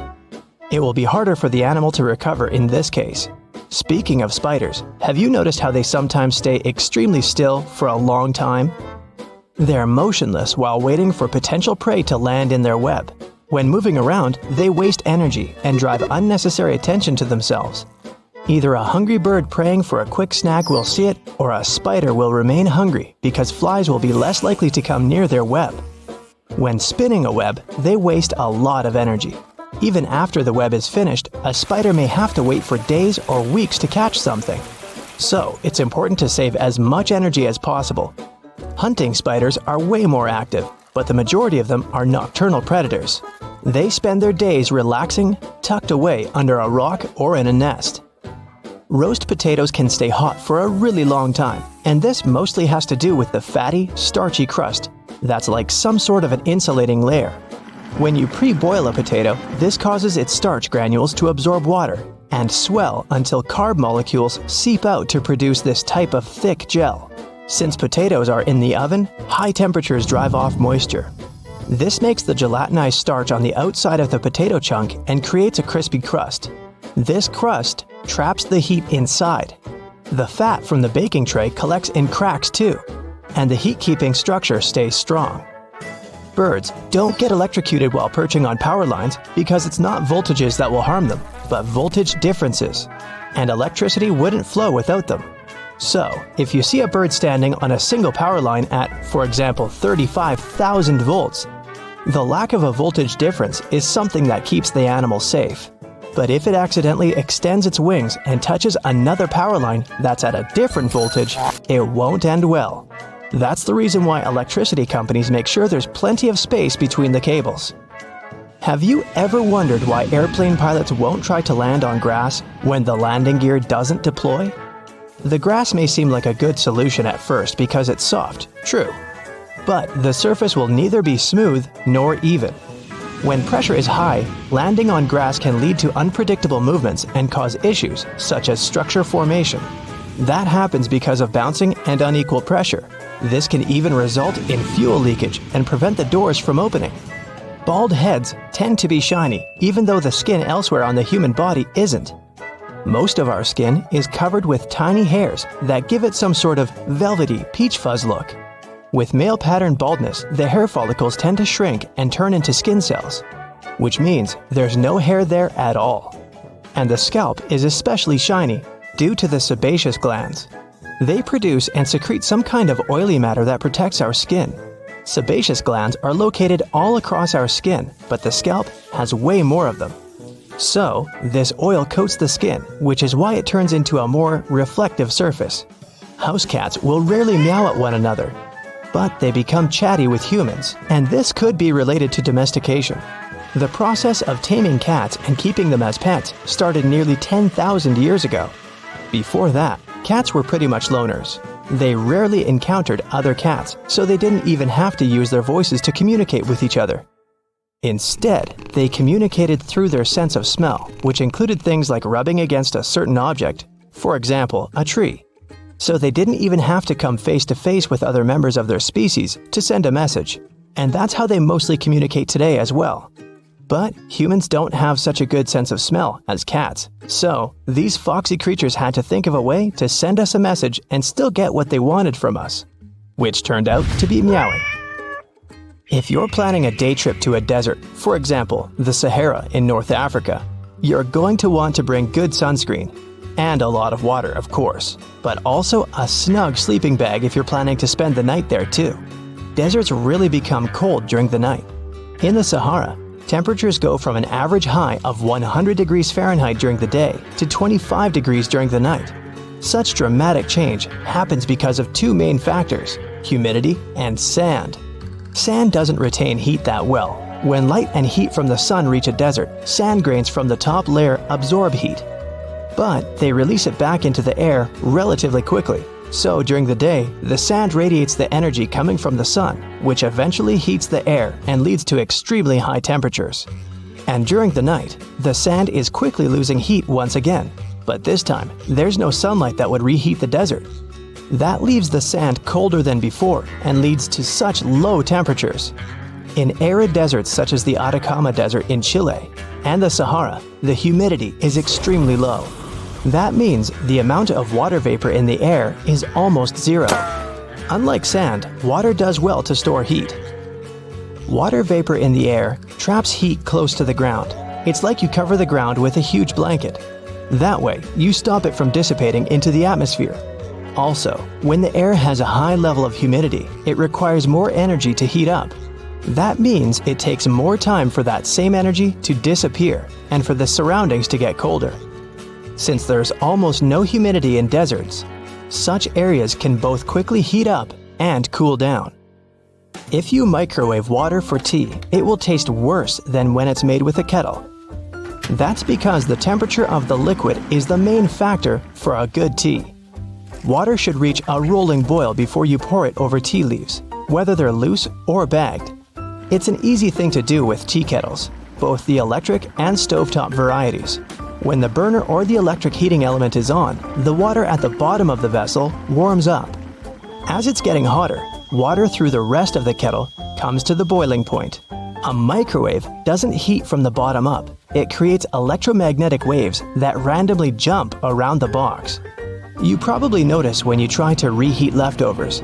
They end up partially frozen in some spots and extremely hot in others.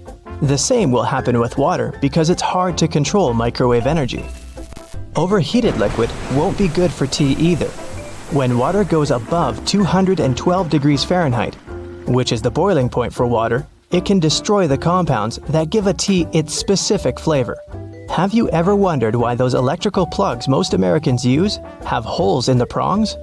The story dates back to the early 20th century when Harvey Hubble Jr. invented different types of electrical plugs. He started with the detachable electric plug, which was the first ever of that type. Some of his designs had prongs with indents, those aligned with tiny bumps inside the electrical sockets. Such an indent and bump system secured the prongs in place after people would insert a plug into a socket. At some point, these indents gave way to holes, which worked in the same way. But that's just part of the story. Most of the modern outlets don't even have bumps anymore. They keep plugs from falling out of the wall by using friction and pressure. Today, some manufacturers insert a rod through all the holes in a line of prongs. That's how they lock them in place while encasing them in plastic. Some also say the holes save metal, which cuts costs of manufacturing in the long term. Want to catch a glimpse of what flying might look like in the future? Then you're in the right place. Economy class lie-flat bunk beds, vertical flying vehicles, AI-powered in-flight meal service. Buckle up and let's start our flight. But first, I need to ask you, have you ever heard of the Crystal Cabin Awards? Oh, those are like the Oscars of aviation interior design. And here are some of the most recent winners. Meet Skynest, a lie-flat bed for people traveling in economy class. These nests are supposed to be used on long-haul flights. The design is based on a sleep pod island located in the middle of the plane. And you can book a 4-hour time slot if you want to take a real nap during your flight. The best news is that this design is likely to be introduced next year. While traveling in premium economy on long routes, you'll be able to use smarter seating design. It includes wider seats and twin armrests, which means no more fighting for space with your neighbors. Plus, there will be fully flexible rows with cushions that can be elevated, creating lie-flat beds. Lufthansa Group has promised that premium passengers will be able to book suites with double beds and travel on temperature-controllable heated or cooled seats. As you see, these days, airline companies are working hard on new designs of aircraft cabins, and it might impact the entire future of air travel. At the moment, they focus on travelers' experience within the walls of the plane. As a result, we have some mind-boggling products. Check out Singapore Airlines first-class suites, or Air France's La Première cabin, which is believed to become one of the best first-class cabins in the skies. It's going to feature suites equipped with separate sofas and chairs, and each suite will have 5 windows along the cabin wall. This will make it the longest first-class suite in the world. But then, Airbus went and patented the idea of a more interactive flight experience, especially for those lucky passengers occupying window seats. With the help of special eye-tracking equipment, the aircraft might be able to highlight significant objects you're looking at and provide you with detailed information, appearing on a semi-transparent display on the window. The patent also claims that you could send data to devices connected by Bluetooth or Wi-Fi. This way, takeoffs and landings would get much more exciting, and you'd be able to get information about a new country or city. Qatar Airlines, in turn, came up with the idea of Q suites. It looks like this. On the sides, you have individual suites, while the middle part can be transformed. You can choose to have a double suite to travel together with your partner, or you can have some private space, or even move the walls and turn the place into a quad suite that you can use for a meeting. There might also be some improvements in economy class. They're bound to bring more comfort, especially on a long-haul flight. A company called Zodiac Seats filed a patent based on a zigzag configuration of seats. Look at this aisle, which contains 3 and 4 seats, with each of them facing in the opposite direction. This allows for way more shoulder space than regular seating. Plus, passengers have a lot of leg space. Yes, some people might feel a bit uncomfortable having to face their neighbor for more than 8 hours straight, but aren't these space improvements worth it? Now, you might know that moving around the cabin while flight attendants are serving meals and beverages is kind of tricky. Plus, you have to eat at a specific time with everyone else. Or, if you're not feeling hungry, forego the meal altogether. Well, robots might be the solution. One company has suggested using perfectly sized pods that could slide along the rail in the middle of the aisle, delivering drinks and food ordered by passengers. This way, you could get your meal at the most suitable time for you without leaving your seat. This solution is likely to solve the problems with meal service. Even better, it might allow for fewer galleys in large planes. Unfortunately, this idea was filed 60 years ago and hasn't been implemented yet, so maybe it's not as great as it sounds. Another idea connected with in-flight meal service includes using AI. According to its creators, the technology will record what passengers leave on their trays, and later use this data to suggest various catering plans on subsequent flights. Now, even though these innovations sound like they're going to make traveling way more comfortable, they're not exactly revolutionary. But look at these innovations. Vertical takeoff and landing aircraft. Hyundai Transys's air taxi cabin concept optimizes space and prioritizes your privacy in a shared cabin. If we talk about short flights, there's City Airbus Next Gen. That's an all-electric, vertical takeoff and landing vehicle with 4 seats based on the lift and cruise concept. It can operate within the range of 50 miles and has a cruise speed of 74 miles per hour. Another amazing prospect is passenger aircraft with AI co-pilots, or even pilots. Some experts claim that planes could potentially be flown on a fully automated basis. Not everyone agrees with this idea, though. A skilled pilot is part of a complicated safety system that reduces risks and keeps passengers safe. Pilots have to be navigators, technicians, engineers, and weather experts. On a regular working day, a pilot needs to deal with ground crew, other air crew, cabin crew, air traffic control, and passengers. That's a lot. And don't forget that they need to communicate well, not only in aviation terms, but also on an interpersonal level. Will AI be able to do the same? Time will tell. But let's get back to the boldest ideas about the future of air travel. Some experts think that sometime around 2040, you'll be able to catch a hypersonic plane ride. Lots of people believe that the era of supersonic planes finished in 2003 when the Concorde commercial airplane was decommissioned after decades of being unprofitable. But it seems the situation might change soon.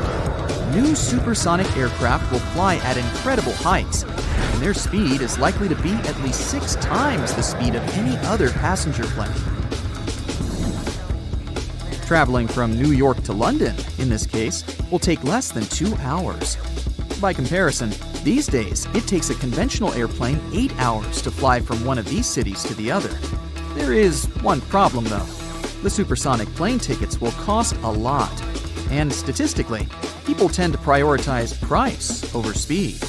So experts don't think that a lot of people will be eager to pay a few $1,000s to get from London to Sydney in 4 hours. Plus, such planes will need a lot of liquid hydrogen fuel, and at the moment, it's not cheap. By the way, you might not recognize a plane from 2050. These flying machines will keep changing for the next several decades, and the chances are high that, at some moment, windows will start to disappear from airplanes altogether. This way, aircraft will become stronger and better suited for high speeds. Windows make planes heavier, which results in larger fuel consumption. No wonder cargo planes don't have windows. Planes will also become sleeker and will likely be covered with solar panels. There's also a concept of a plane with its cabin made out of transparent polymers. I don't know about you, but I don't think I'd ever board such a plane.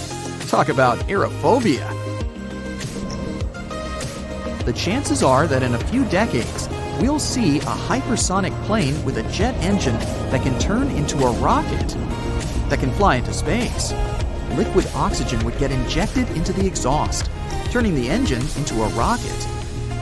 It would help the aircraft reach enormous speeds, and on the way back, the engine would turn into a regular jet engine once again.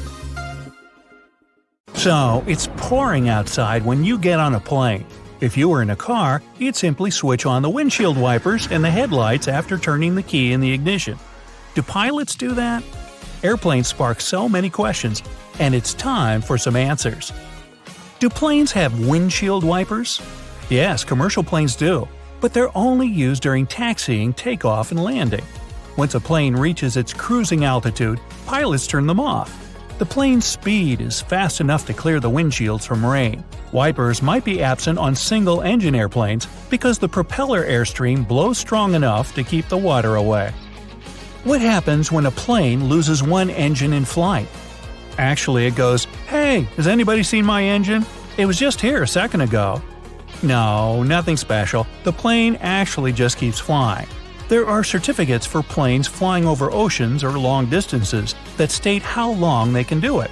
For example, the Boeing 787 can fly for more than 5 hours without the second engine. It's enough for pilots to plan a safe landing. Well, why is it so cold on a plane? The temperature on board averages 74 degrees Fahrenheit, about the same as in most office buildings. But you feel so cold because your body doesn't move much, producing less heat to warm itself. The crew doesn't turn the heat up because hot air can cause some passengers to faint during the flight. Do airplanes have horns? Yeah, and some of them have a whole trumpet section. Actually, yes, they do have horns, but pilots don't use it to scare away birds or get other aircraft's attention in the sky. "Hey, move over, buddy!" Actually, you can hear that high-pitched chime only on the ground when the plane isn't moving, like when an engineer checks something in the cockpit and wants to get the attention of a ground crew member. Why do planes leave white trails in the sky? It happens when the engine burns fuel. It ejects water and carbon dioxide that gets mixed with the atmosphere, and since the air is cold at high altitude and this exhaust is hot, the water condenses and may freeze, creating those white tails. Do airplanes have brakes? Yes, there are multiple disc brakes made of carbon steel material, similar to the ones in your car.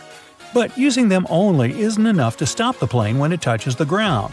The braking system also includes different surfaces that slide out of the wings and disrupt the airflow. Can a plane door open mid-flight? The cabin pressure is the force that won't let that happen. If someone tried to do it, they would have to overcome more than 24,000 pounds of pressure, the weight of a ship anchor. Plus, there are lock bolts deep inside the aircraft structure that hold the door in place. What happens when lightning hits a plane? Now, statistics say this happens to every commercial plane about once a year. But the aircraft's metal parts and lightning protection systems prevent electrical buildup. So, in most cases, this leaves a plane with only a scorch mark on its surface. Why don't the seats and windows always line up? Good question. All commercial planes are designed with seats and windows perfectly aligned. But when an airline buys a jet, it often chooses to add extra seats. More seats mean more passengers and more tickets sold. And less of a view and less legroom for you. See how that works? Why do flight attendants touch the overhead compartment? You'd think that they're checking to see if it's closed tightly. But nope, they use a scalloped handrail hidden at the bottom of the overhead compartment for a steadier walk along the aisle. What are those white spiral marks on engines for? Well, since the ground staff wear hearing protection, they can't rely on their ears to decide if it's safe to approach the plane. Seeing that moving swirl on jet engines prompts them to stay away from the area. Why are there holes in airplane windows? Those windows actually have 3 panes of plexiglass. The tiny hole is in the middle one. It helps regulate the huge pressure difference inside and outside the cabin, so the outer pane can handle the load. If the outer pane happened to break, the middle one, even with a hole in it, would still be enough to keep the window intact. That hole also keeps the windows from fogging up. Why are there hooks on the wings? If there is an emergency landing on water, passengers have to step on the slippery wings to use some emergency exits. That's why crew members secure one end of a rope to the door frame and the other to the wing through the hook. Another rope is secured in the second hole, safely leading passengers along the wing to the inflatable slide. Why do the wings have different colored lights? It's for Christmas. No, that red light on the left wingtip, the green one on the right, and the white one on the tail make up the plane's navigational lights. They let other pilots know the plane's position and the direction it's moving in, toward them or away. Do planes have ignition keys? Well, since ignition keys are usually a security measure, most commercial planes don't need them. They're locked in hangars under 24/7 surveillance. To start the engine, a pilot just pushes buttons and turns switches. But smaller private planes, like a Cessna, have ignition keys to start the engine and even locks on the doors. Why are there triangles above the windows? These black and sometimes red stickers let the crew know which window is best to look out when they want to check the moving parts of the wing. If you get motion sickness during the flight, try to choose a seat between the triangles for a more comfortable trip. How can you get extra space on a plane? Well, if you're lucky enough to get an aisle seat, there's a magic button near the hinge under the armrest closest to the aisle. Press it, and the armrest will swing up to the back of your seat. Why are most planes white? Well, this color reflects the sun better than any other, so it helps keep a plane cool. It's also much easier to spot any cracks, dents, leaks, and other faults on the white surface. And paint makes a plane 1,200 pounds heavier, causing it to burn more fuel. Airlines save money by not painting them. Why don't airplanes have parachutes for passengers? Well, like paint, parachutes would also add extra weight, around 8,000 pounds. Plus, skydivers must go through at least 4 hours of training to learn how to handle a parachute. Lastly, jumping out of a plane at 35,000 feet in the air is simply not safe, because temperatures at that altitude are colder than the Arctic, minus 65 degrees. Why can't planes fly when it's hot? Well, the molecules in hot air are much more spread out. To lift a plane, you need dense air. That's why it gets harder for a plane to take off as the temperature increases. Besides, scorching weather can overheat the internal machinery or even melt some of its parts. So, if it gets 104 degrees Fahrenheit outside, your flight might be delayed. Why do planes have round windows? The very first commercial planes had square ones, but after some time, they started flying at a higher altitude that demanded the cabin be pressurized. Frequent pressurization and depressurization deformed and even broke windows with corners. They were replaced with round ones since they withstand the pressure much better. How do the oxygen masks work? Very well, actually. If the cabin is depressurized at cruising altitude, it loses oxygen. The masks provide that, but only for 15 minutes. It's okay though. That's long enough for the pilot to descend lower than 10,000 feet, where the air has more oxygen and people can breathe normally. What causes turbulence? Your trip gets bumpy because of three main reasons: storms, mountains, and jet streams. Just like an ocean, air creates waves when it meets a mountain, and sometimes it has nowhere to go but up in strong currents affecting a plane. Jet streams are bands of swift winds that appear when warm air masses collide with cold ones. Storm clouds push air away, creating unpredictable waves. Why do planes sometimes dump fuel? If there's an emergency landing, pilots must quickly get rid of excess weight, since they didn't burn it, and get to the destination runway as light as they should be. The lighter the plane, the softer it'll touch the ground, so no blown tires or fire. Why are the doors on the left side? Well, the captain usually sits on that side, so aligning the plane with the terminal jet bridge is easier. They fuel the aircraft and load baggage on the right side. If passengers are coming in on the left, it doesn't disturb those crews. Why do they dim the lights during takeoff and landing? It takes your eyes up to 30 minutes to fully adjust to a dark setting. Dimming the lights at night or dusk prepares them in case passengers need to make an emergency exit. They fade the lights during the day to save some engine power. Why are most plane seats blue? This color is psychologically associated with safety and reliability, so flight-weary passengers feel less anxious. Besides, stains and dirt are less visible on blue seats. Now we know! That's it for today. So hey, if you pacified your curiosity, then give the video a like and share it with your friends. Or if you want more, just click on these videos and stay on the bright side.